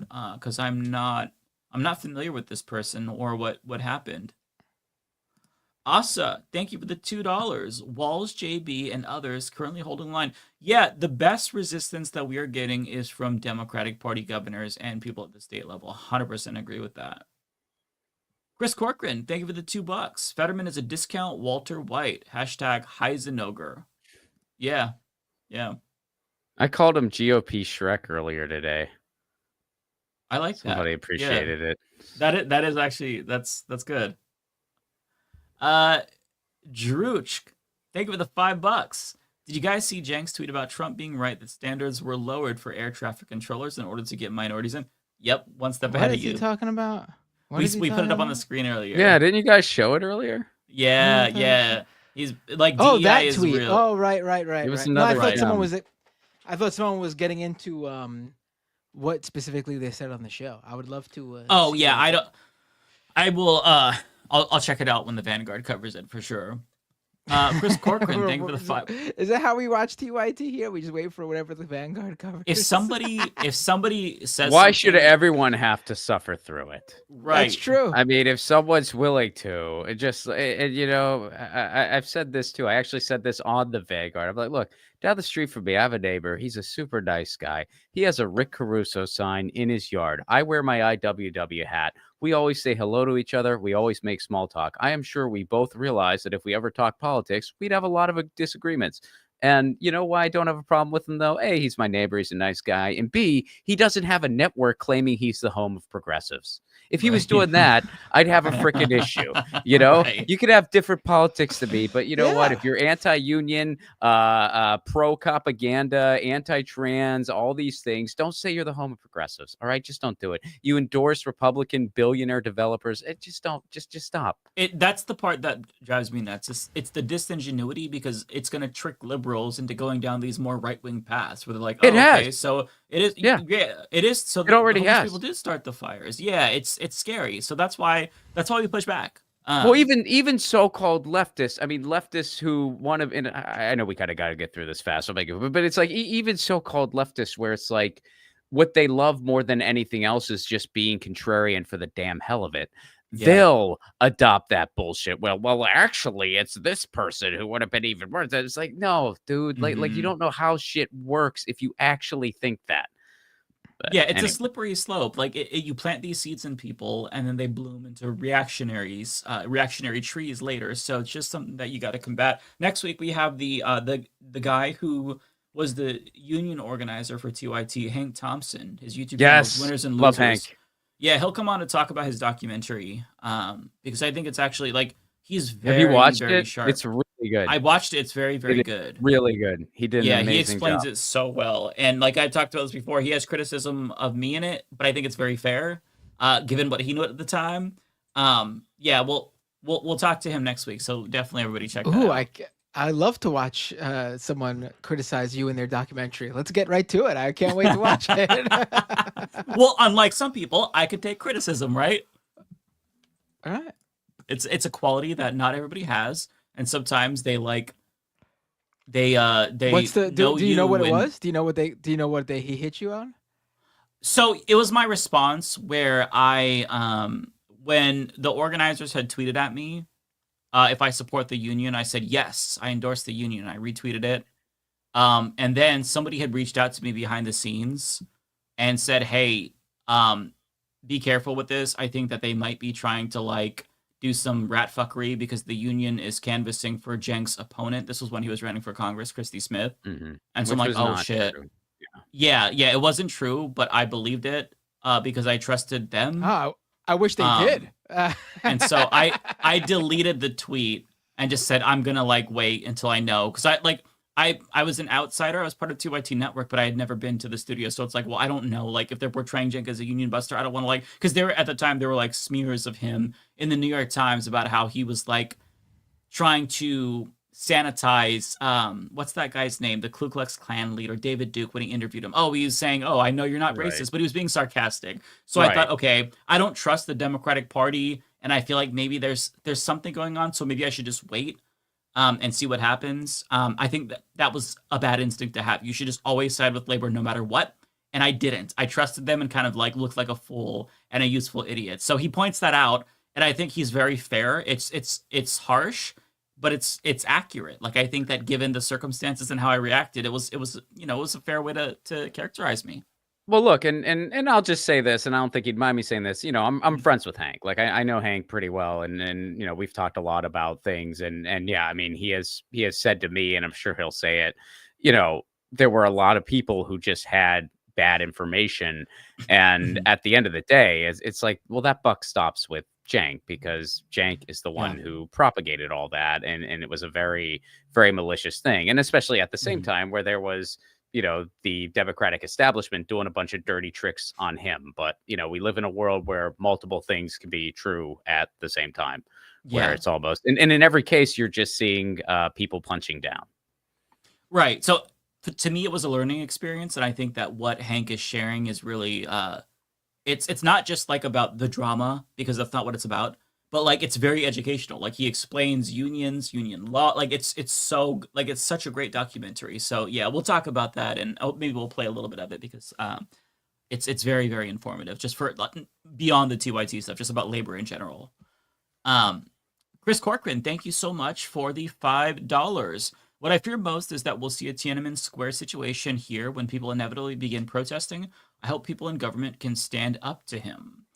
I think that if there are mass protests that break out, that is when shit is going to hit the fan. It's going to be like 2020 Black Lives Matter on steroids. He wanted to send in the military. He was urged to send in the military back then, but he still was more restrained this time. Not so much. So if you see mass protests for whatever reason, things will get real crazy real quick, honestly. I mean, yeah, but dude, I mean, he was somewhat restrained, but not. I mean, people like to forget Trump put the country under martial law pretty much.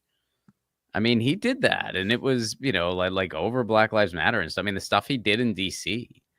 I mean, that was like a lot of people like to forget people to take a It's like, photo. yeah, I mean, it's like no, he did that. He oversaw that. Yeah, no, great point. Okay, so the next one here is going to be £5 from Unknown. Thank you, Unknown. I've just sent a link to you by email. Cannot send it via YouTube chat. It's for DIY HRT. The video is now unlisted. Please share. Okay, I will look into it. I'll admit, though, I'm a little bit apprehensive about sharing any medical information, because I don't want to give people bad information. I know that the intentions are pure, but I don't know enough to like co-sign it. So I might prefer to like link to other resources like Aaron Reed and other activists who like can give people better information, rather than just like a straight up DI HRT. Like, I've used that website, like a certain DI HRT website, for information before, but in terms of like just like making HRT for yourself, I'm really apprehensive about like giving people the details to do that, because I don't want to inadvertently like hurt people. So I'll look into it though, for sure. We want people to be healthy and get the healthcare they need, but not like at the expense of themselves. Okay, next one here is from Malon Miller. Thank you for the $5. I was born in 1998, and I remember when I was a kid, they have live lobster tanks at Walmart in the food section, and they sold pet fish. What happened? I remember that too. I'm glad that they don't anymore, because those fish were abused. Like, you're expecting employees to take care of fish and do all this. The conditions were really bad. I remember at my Walmart, the one that was close to me, the fish were like, the tanks were always really, really dirty. Fish were just like dying and dead. Yeah, I think that it's better at like actual pet stores where they're trained to deal with them. Sam, thank you so much, Sam, for the $2. You hear that Riley Gaines' husband may get deported? I didn't watch the video. I bookmarked it. I saw somebody share her TikTok of her saying her British husband might get deported. Thoughts and prayers, Riley. Thoughts and prayers. It's not happening. They'll find the way. I mean, he's white. Yeah, he's white, and they're rich, so. And they got the connections. She's yeah, she could just literally like probably tweet at Trump. Yeah. Yeah, exactly. Yeah. Christy Simshauser, thank you for the $2. Elon Musk is not a Nazi. The Nazis make good cars. That's a good joke. That's a good joke. That is a good joke. Well done, Christy. I think that's a solid joke. I mean, I don't know about y'all. I agree. That's a solid joke. That's good. Zone Fanfic, thank you for the $5. It's early post-inauguration, a bit of constructive criticism. You all are too complicit and should seriously consider a hotline. FTL of all that is good. I'm not necessarily... I'm open to constructive criticism, but I don't really understand what you mean with complicit. Like, do you mean complicit with, like, the doomerism? Because I think that would be fair. But sometimes it's cathartic to vent and to see people vent as well. But, we try to balance that, We're trying our best here. Nicholas Riverin, thank you for the $5. Kind of off topic, but Elon playing autistic is like Cartman pretending he has Down syndrome and failing to win at the Paralympics in South Park. I mean, yeah, it's just not. I just refuse to accept that. I unequivocally reject that, and anybody who pushes that is just no. I no. Brian Schroed, thank you for the $5. Any advice on how to stay sane in 2025? How to not be overwhelmed by the fire hose of bad news without completely checking out? I think you really, really, really need to try to do something to get your mind off of it. Learn to draw, go on some walks if the weather is okay, play video games, watch movies, start a journal. Get to know your neighbors. Right? Get to know your neighbors. Grow food or be friends with the people who do. Get to know your local farmers. Get hip to any crop shares that exist. Any mutual aid efforts. See what kind of involvement is possible there. Know who is on your city council. Know about your mayor. Know about your water board. All that stuff always matters the most, but it's about to matter even freaking more. Yeah, and if you have like by the way, I don't do all of those things, so I mean I'm also saying this to a mirror, but right. You don't have to do all of them all at once, but yeah, if you have like if you can go to like the library, any events they hold, or a farmer's market, or even a bar, just like meeting people and trying to talk to people, just regular people, I think that will help you. If you disconnect from the internet on weekends at least, or on certain days, that too. Just, give yourself permission to experience some joy, because you can't be like constantly plugged in an activist mode or resistance mode all the time. Like you need to remember that you're still a human being, and nonstop like fuckery is going to melt your brain. So like give yourself permission to just like have some fun from time to time and completely unplug. There is nothing wrong about that.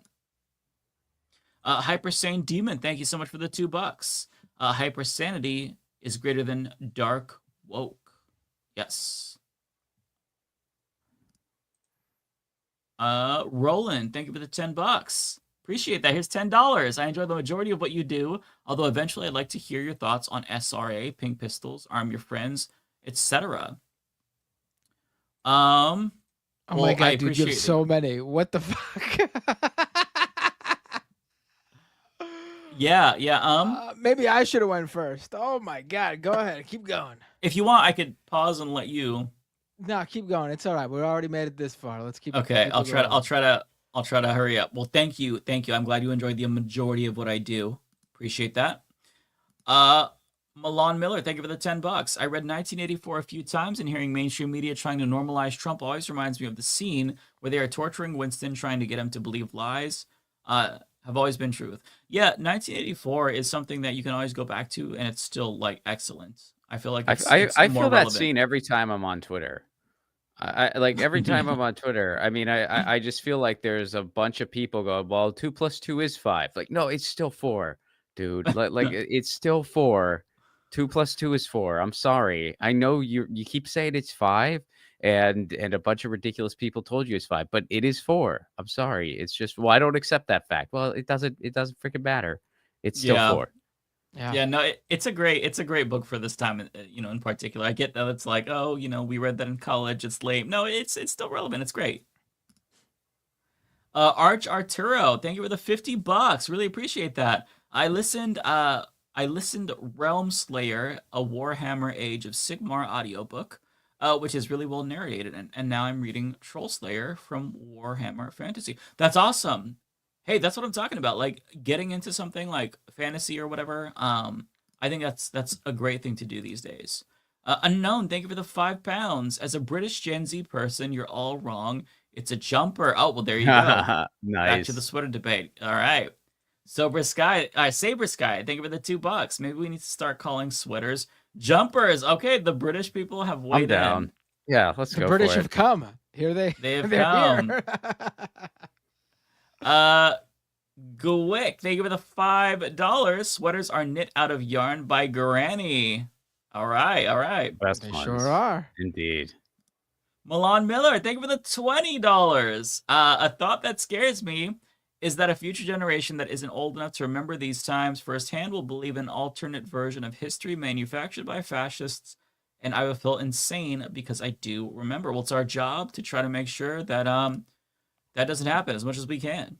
It's kind of Well, always been documented. that way to some degree. I mean, there's always True. been a little bit of that. I mean, there's always been, the victors write the history. But, back in the day, there was a guy named Howard Zinn and other people like that. And these days, it's like, we have the internet and whatnot. So, yeah, it's kind of up to everyone else to make sure that doesn't happen or to at least fight back.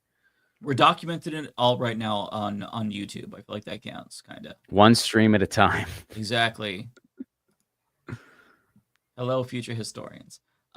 Zone Fanfic, thank you for the $10. To cut through the BS and flip the nail on its head, we must deep dive, understand the general cognitive dissonance, then set the standard. The public appears to believe the left does not have one. Yeah, it's hard because we can only do so much. We don't have the money that right-wing media outlets have, but, we try our best. Terabyte, thank you for the $2. Avian flu was confirmed in central New York in Geese. Oh, lovely. Lovely. My God. Duke of Bread, thank you for the $4.99. Please tell Binder, Vipassana is not New Age spiritualist hippie. I am anti-theist. It's secular practice. It has been bothering me. Rip Michael. Well, Binder. I don't even know what Vipassana is. Well, it's definitely not New Age spiritualist hippie. All right. And that's what we've come to tell you. Yes. I don't know what it is either. I'm okay. Yeah, I'm out of the loop on this. I'm gonna assume because I've joked at some point that the one area I didn't agree with Michael was his how he got into like New Age spiritual stuff, and because that's just not my thing. And I'm assuming that Vipassana or whatever it was is what Michael actually did, and I was painting a broad brush. That's my assumption. Interesting. Thank you, Andrew S., for the 5 gifted subs. That is very, very kind of you. Really appreciate that. Thank you to Joshua Keller for the 5. Pinkerton was a fantastic album. I'd worry that today it sounds kind of incel-y. Huh. I don't think so. I don't know. Yeah, I don't think so. A lot of those. I mean, I don't know if you could. I don't think you would consider Weezer emo, but the topics of some of the songs, obviously, I would say there's some crossover with like real emo bands. Sure. So I could see. I've definitely gone back to some of those early Saves the Day songs and been like, ooh. Sure. Ooh. Yeah. Oh yeah. Yeah. You listen to that, and even at the time, you knew it was metaphorical. You still listen to it, and you're like, yeah, this didn't really age well, though, and I kind of get how this. But at the same time, they still do come off like not like crazy incel types. They come across like just like poetic nerds trying to like say something like we were saying, like metaphorical to sort of. To me, it's not the same, but yeah, some of the lines. And they were also literally right, and they were also literally teenagers, like quite literally. I mean, I think they were like 19 when Through Being Cool happened. So I mean, they kind of grew up, and that's just sort of how it works. Mike, do you know what we're talking about? By the way, I'm curious. He does not. Of course. Of course. Why would you insinuate that I don't? I agree. No, I was curious. I didn't know. 1000%. That's why I agree unequivocally with you both. All right. On the subject of music, Milan sends $5 saying listening to OK Computer and Hail to the Thief albums on repeat is one of the few things keeping me sane these days. Music has been helping my mind. Yeah, I agree. Listen, I found this mashup. I can't remember the name, but if you Google Ethel Cain, Robin Dancing on My Own mashup, it is a fucking banger. And I feel like if you are LGBTQ of any kind, you're automatically predisposed to love the song. Or love I mean, the I feel like mashup. if you're LGBTQ of any kind, you're automatically disposed to liking Robin, honestly. Robin and Ethel Cain. I mean, it's just yeah, you but can't- I think so when you but combine Robin them has the to longevity that Ethel Cain doesn't have yet. oh, she When I will. think- She will. When I think Robin, I think of like all the alt New York City parties I went to a decade ago when when every LGBTQ person went insane when a Robin song came on. Yes. Well, and it's when you combine them together, it's a magical result. And I love how all the comments of this mashup is like, this is the new anthem for every gay person ever. Like, it's just so funny. And it is, it's great. So yeah, I've been trying to listen to more music too to kind of like keep me sane. Heathen Granny, thank you for the $20. Very big super chat. Appreciate that. I wonder how are we going to fight back against the Orange Nuggets administration attacking women's and minorities in the genocide in Gaza? The Orange Nugget tried to remove citizenship from my people, Native Americans.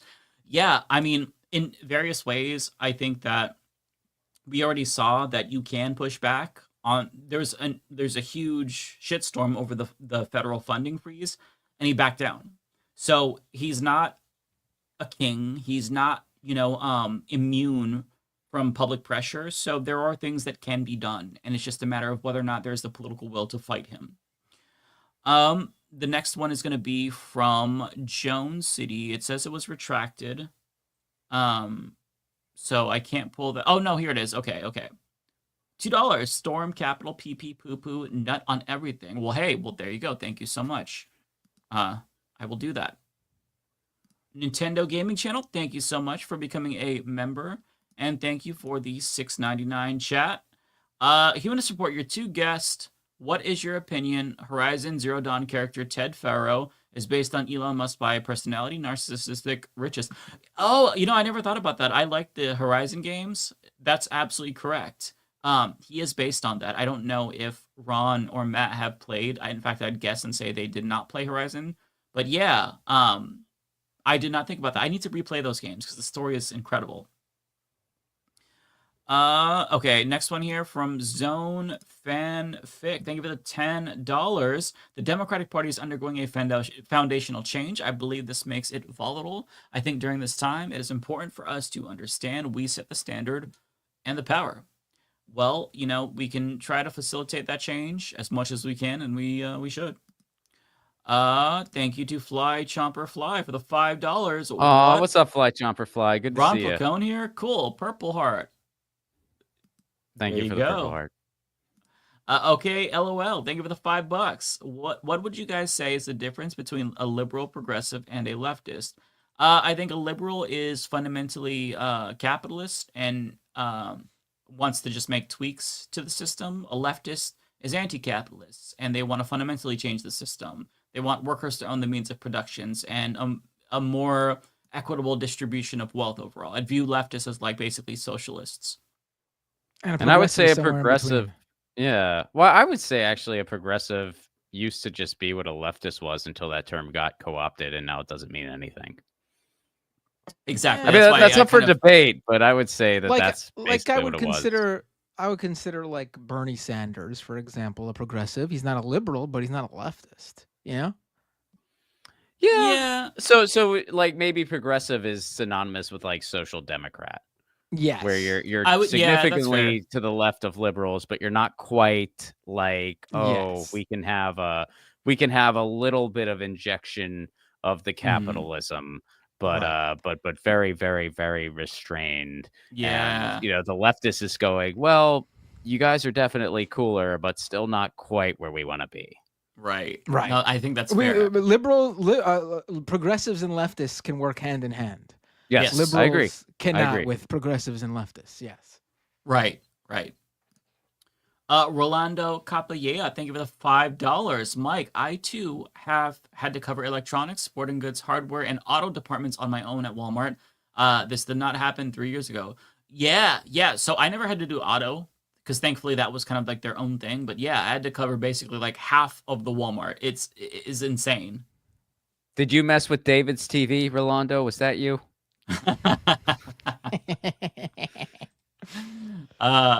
Unknown, thank you for the £5. Regarding HRT video, it's not medical advice exactly. It's advice on safety and medical services contacts you can safely lose. Okay, that is exactly what I think is the best kind of thing that I want to share. So thank you for clarifying. Yeah, I will definitely get that information out. Zone Fanfic, thank you for the $5. Appreciate that. Heed my warning, leftists are renowned for being reactionary. They hope and expect mayhem. Please watch Chase Hudges. Once you know this, every psyop. So I do not agree that leftists are renowned for being reactionary. I mean, you could say that some lefties are accelerationists, but I disagree with the assumption that they're reactionary. They're fundamentally anti-reactionary because reactionary is inherently conservative. So I wouldn't agree. But I am curious to see what you're talking about with this video, though. I think when they become reactionary, that's when they go to the right pipeline. That's my which is basically what you said. I mean, I would say that's kind of how it goes because it's like, when you're just reactionary, that's when you become susceptible to, those types of narratives. Because like, look, if you're on the left, especially in the place like the United States, you've been losing for literally 100 years. You don't have the bandwidth to be reactionary. Yeah, no, that's exactly it. Yeah. Okay, so Nintendo Gaming Channel, thank you for the $2.79. Far Cry 5, the project at Eden's Gate cult is mega.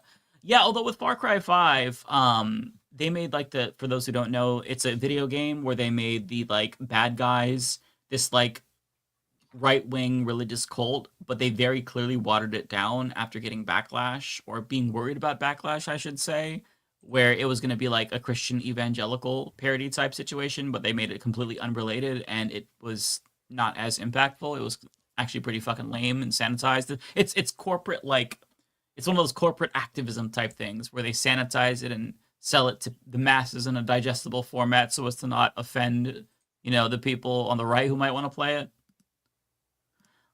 Thank you to Fly Chomper Fly for the $2. Asimov's whole F series based on people forgot Earth. Well, thank you. Okay. Last but not least, we have Zone Fanfic with $4.99. Have you all seen Leave the World Behind, executive produced by the Obamas? Last super chat. I have seen it. I thought it was interesting, but the ending was dog shit, and fuck Obama for that ending, among other things. But that's all my super chats. Okay. I've not seen it. I saw his climate change thing. Oh, okay. I haven't seen that. Yeah, I saw that where he basically talks about how important the climate is, and you're watching it and you're like, yeah, and you opened the Arctic to drilling when you said you wouldn't. One more. Nintendo Gaming Channel. Avid on Horizon is exactly Bernie Sanders. I don't remember Avid, but I do remember the Elon Musk character. All right, let's go. I'll be right back. Chat. Go pee. Oh, you're just gonna. All right.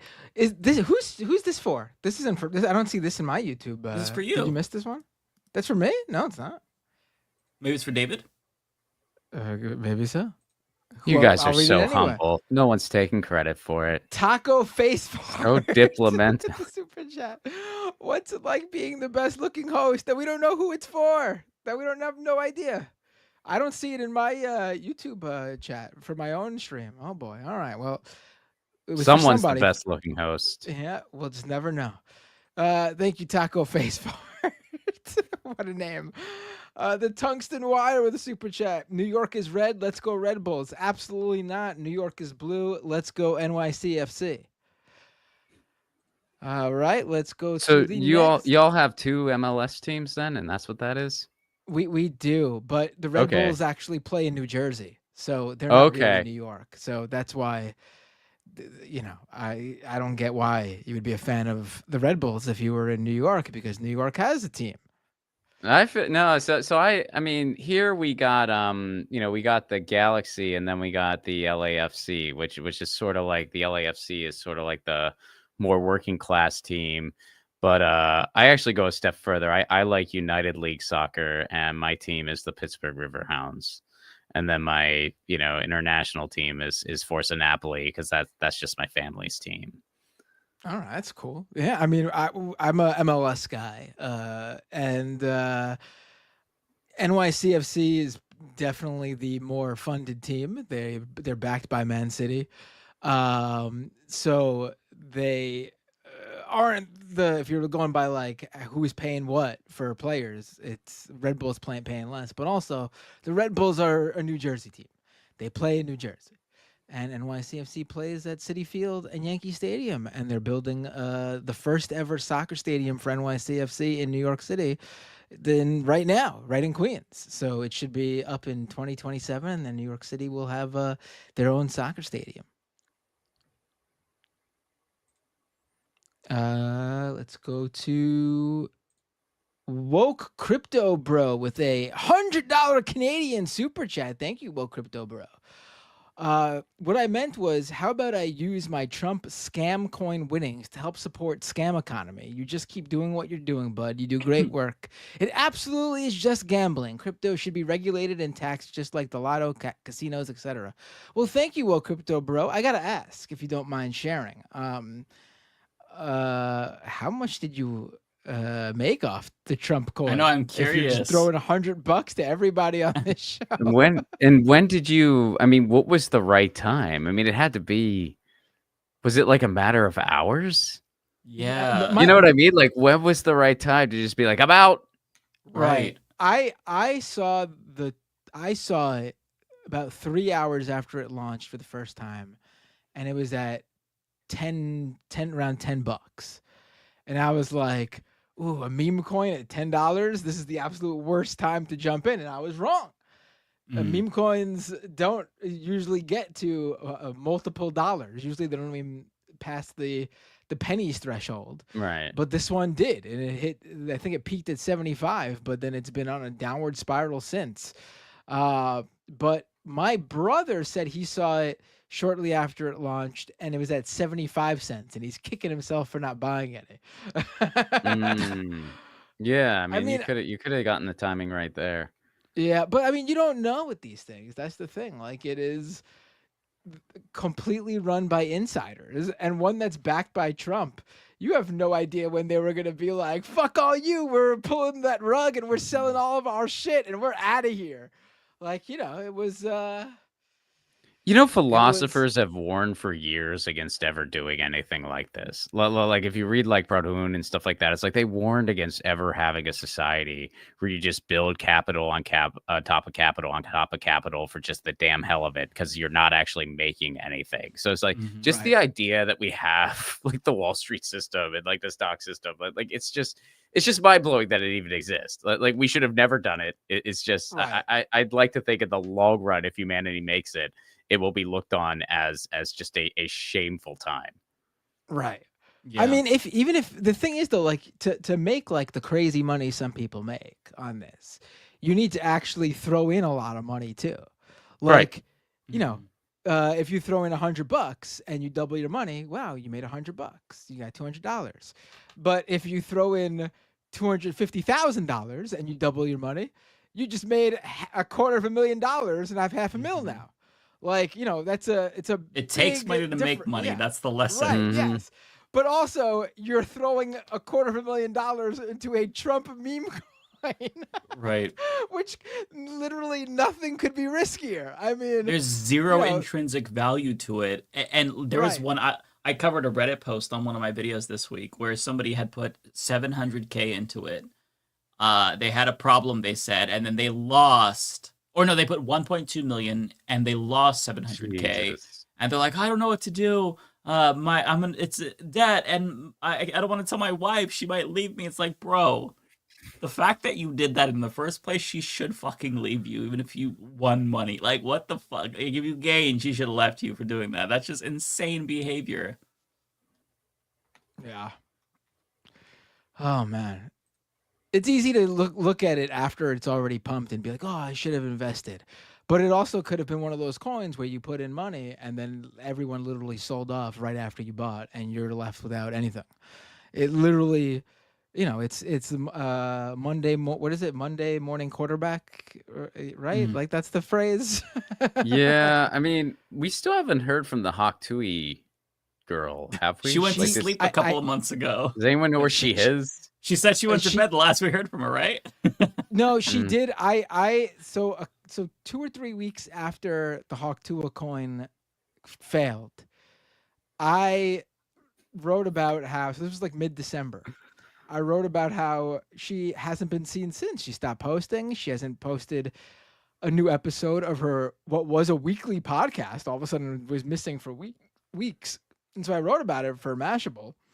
And then literally the next day, I get an email and with a statement from her people, and she released a statement, her first time hearing from anyone. The first time anyone heard from her, I should say, was that day after I wrote about how she disappeared.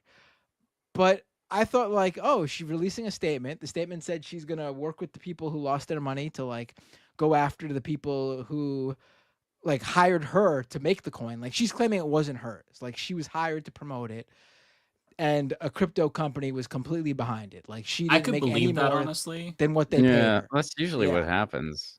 Yeah. I don't think she knew anything about what the fuck they were doing. It'd be funny if she sent you a letter sealed in saliva. And they were like, Matt, we have a statement for you. Right. But on top of that, though, like I thought, like, oh, okay, it's been 2 or 3 weeks. She's putting out that statement. I guess she's crawling out from under the rock, and she's going to be out there now. Well, it's now Friday morning here on the East Coast. Tomorrow is February 1st, and she hasn't put out a new podcast. I've been waiting. Yeah. Yeah, I'm a huge fan of hers, and she hasn't. Yeah, I'm disappointed. And she literally released the last podcast that she did, like the last episode she did, the day before Hawk Tua coin dropped. So it's not like before it launched. So it's not like, oh, like it just so happens she was taking a break. No, like she very clearly ruined her career over this meme coin. I mean, the career was her saying how she spit on a penis. But she hawked a loogie on a career. dick specifically. She ruined her career nonetheless. Her 15 minutes ended a little quicker. She only got like after the 10th minute, it was. Well, I think her 15 minutes already went for like well beyond what 15 minutes should have been to begin with. Mm-hmm. So yeah. All right, let's go to the next super chat here. We got I lost them. Here we go. All right, here we go. Mortified Penguin with a super chat. Love y'all. Gotta know Binder. Favorite punk bands. Oh boy. This is hard. That's really hard because like you got to be a little more specific. Like, well, name an era, name a decade, name a subgenre. I mean, I hate to be, but that's just the truth. Right now, I'll say the band I've seen live the most in the past year or so. Also, this is relative to they're also a band that has come and played in New York City more than other bands I like. But Apes of the State, great folk punk band. Yeah. Central Pennsylvania, so they're not too far. Yeah. I've seen them 3 times in the past year, I believe, and they're going to be playing here again in May. The last show I went to was to show you the range of punk band subgenres I go for. I saw one of the Blood Brothers reunion shows in mid-December, just a couple of weeks ago, and that was great too. So there we go. Tokyo Hans with a super chat. Matt is a crypto trader, right? Oh, I thought you were going to do the play on words and say that I'm a trader the other way. But all right, I actually have not done any crypto trading. I have some Bitcoin. But Yeah. I fell into it. I still don't really fully understand it, but I fell into it, and I'm just kind of like, well, I don't know. Hope it Yeah, works. I did. I have told people how I have bought. I did. Buy some crypto like many years ago when I was reporting on it for the first time and like just trying to fully understand how it worked and see how difficult or easy it was. But I've never like sold any. Like it's probably still sitting there. Maybe I should just sell it, get rid of it, whatever it's at, just so I have the extra whatever it is. Probably worth less than what I put into it. Probably like $20. All right. Let's go to the next super chat. Archangel with a $10 super chat. I really wonder how our country will recover from this administration.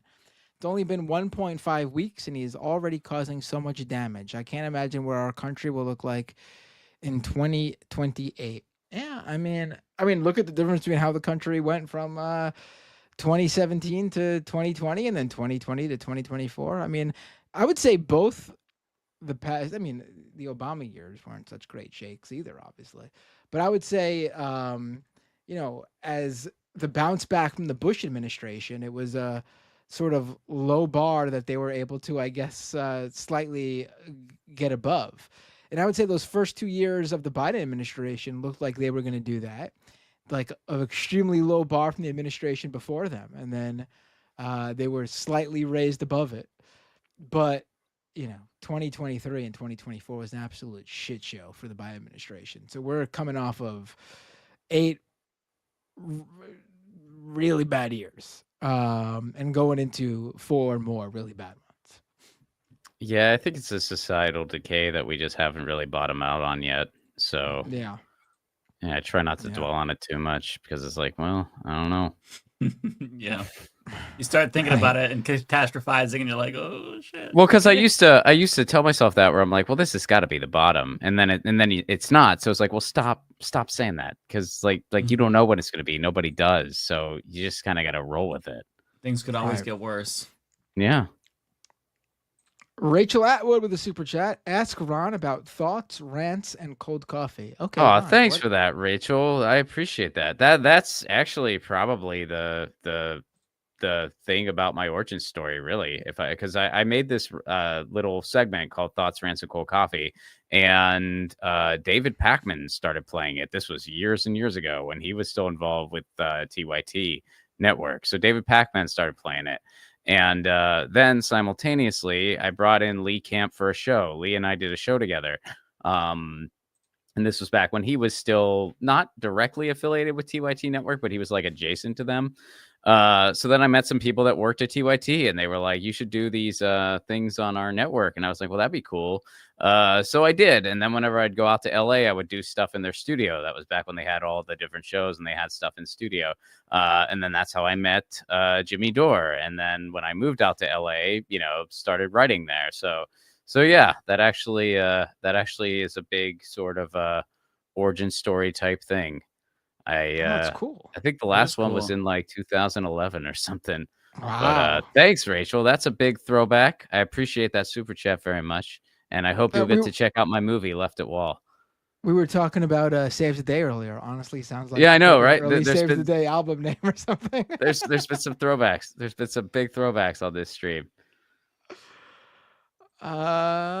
Let's go to Jay Cass. Anyone stoked to see Sam Cedar versus 100 conservators?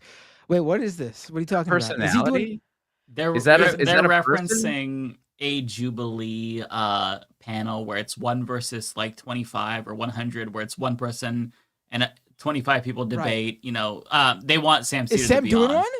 Is Sam doing? That's one? a thing that exists. Not that I know of. You can it's debate a thing that 25. Exists. 25 woke libs versus Ben Shapiro, or vice versa. That sounds like horrible, but maybe kind of cool at the same time. I'd want to be the one. I'd want to be like one leftist versus whoever else. They did one of these with Ben Shapiro, like Ben Shapiro versus 25 liberal college students or something like that. Mm-hmm. And then they did one with Charlie Kirk. And then they did one with Destiny that was like Destiny versus 25 conservatives. They did one Pete Buttigieg. Mm-hmm. Honestly, though, when I look at it here, it sounds like that because OnlyFans creators are going through the same trend here, where it's like one creator takes on 100 guys or something like that. It sort of looks like that right now, honestly. I'd want to have it be members of Congress. I would just want like just 25 random, and it could be Republicans, Democrats. It just has to be like relatively right wing, and you just gotta see how you do. It could be fun. Oh, wait, I will say Ben Shapiro got clapped by a trans dude. Got clapped by him. If you all haven't seen that, watch the clip. I think I've seen that video actually. Oh God, it was fucking that. brilliant. Yeah, he did not know what to say. Wait, Sam, the chat is telling me Sam did it. He did it on Monday. He shot it with Jubilee. He actually did? He did it. Yeah. So it was 25 conservative people. Was it 100? Like this person said, or was 100 it conservative like people. Are they fucking with us? I mean, how long would that have to go on for? Like 100 people. This isn't a super chat. This isn't a super chat, but Goobular with a chat post. Destiny gangbangs 25 Nazis. Oh my God. Okay, so Sam was on Jubilee. Wow. That would be amazing if so. So how do you debate like 100 people with the same bad ideas? Just coming out in February, apparently. Oh, okay. So that's awesome. They have to try to run to the chair. The main person will say, "Oh, okay, wait, I've seen this." Okay. Right. Yes, you run to the chair, and then you're like, "Well, here's my thing." Yeah, it would be fun to be the one. Mm-hmm. That would actually be pretty fun. Just a bunch of right wingers just run to that chair. I feel like I have a rotten enough brain that I would probably enjoy it as much as it pains me to admit that. And I'm not a debater, but I feel like that would be fun. The fact they're all saying that Sam talks about it, so that's fucking awesome. Did Sam share any information about it, or he just said it was coming out? He said it's true. What? Yeah, that's so cool. I guess we'll have to see it. Hell yeah, that's awesome. Those videos get a lot of views. Like some of those got like 10, 15 million views. Oh, they blow up. Yeah. Yeah. Mid-February, according to Bayphoto. All right, let's go to the next chat here. Chris with a super chat. The enemy of my enemy is my friend is the Dems' entire electoral strategy. Yes. Pretty much. Yep. Yeah. Yep. And it doesn't work. Nope. Right. Kowalski with a super chat. May John Brown's spirit guide us all. Looney Tunes 9000 with a super chat. Let's be real. The only people that fall for the Christianity shit is the baby boomers as they waste their money on church donations. I don't know. Kowalski with another super chat. Oligarchs will raise the food prices and blame the farmers. Yep. Mm-hmm. That's how they always do it. As our resident farmer.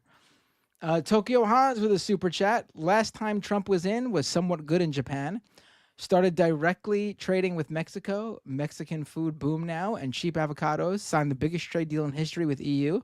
Got relatively cheap Euro goods. Good luck, US. Right, but last time you had Abe around before the doohickey got him. So Tokyo rules. I freaking love Tokyo. Such an amazing place. I would love to go to Tokyo. You gotta go. Yeah, it's amazing. You gotta go. I went last year, and it's just you That's go my around dream. you go around a city like that, especially living in a place like Los Angeles. You go around Tokyo, and you see all the not traffic they have because it's not a driving culture at all.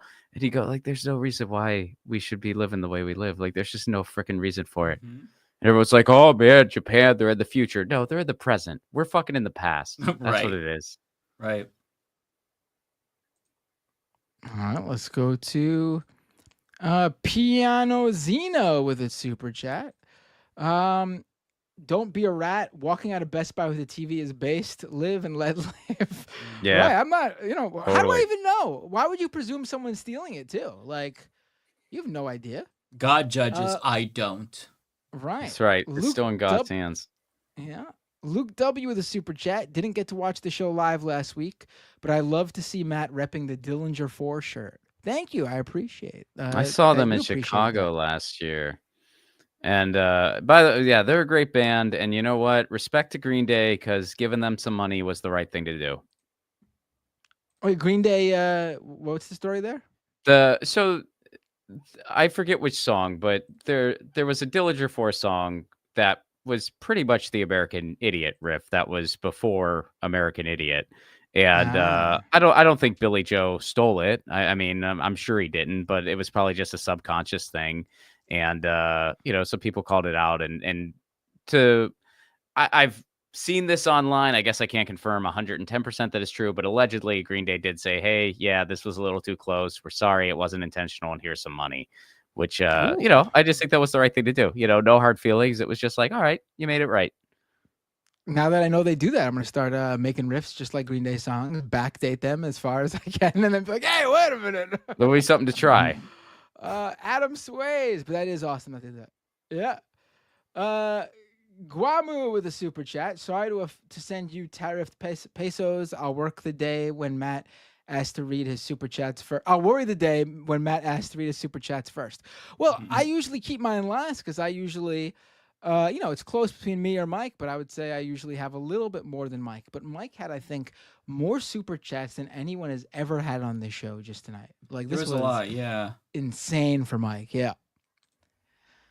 Adam Swayze with a super chat with no text, just thanking me, I guess. Thank you so much, Adam Swayze. Ryan Lennon fan with a super chat. The way Americans vote shame is incredibly cult-like. Yes, it is. Mm-hmm. Sel with a super chat. I am not voting for Democrats in 2026 or 2028. It's time we need to stop supporting them. They're never going to do jack for us. They hate us. Well, I agree with you for the most part, but there are the good politicians are, the few good politicians are Democrats. Or in Bernie's case, like caucuses with the Dems. You don't have to, you can't depend on electoral politics in general. So if you are going to vote and partake, them's the choices,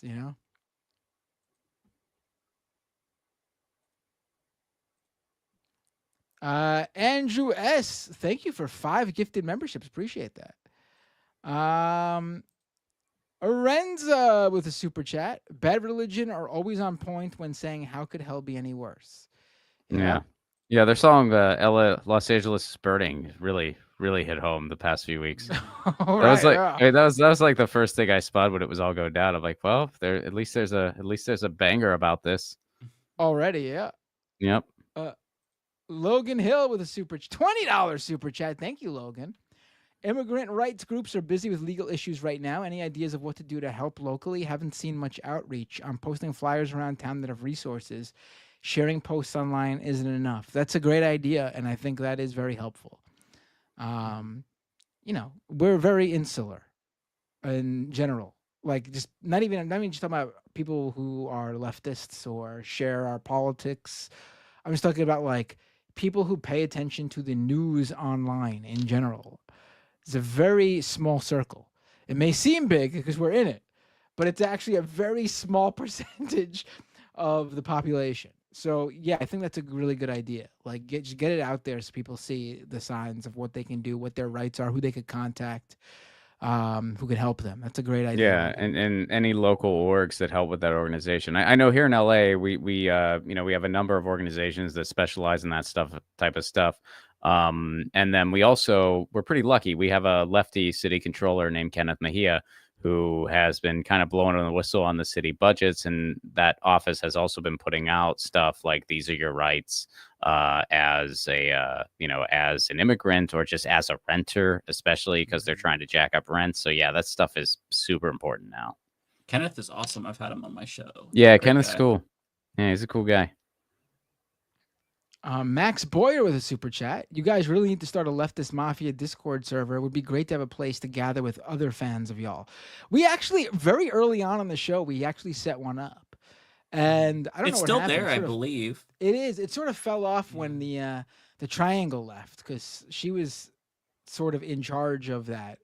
and we got it back from her when she left, and it's sort of been sitting there since. You know what? I think the show has grown enough to the point where I think people would be active in there.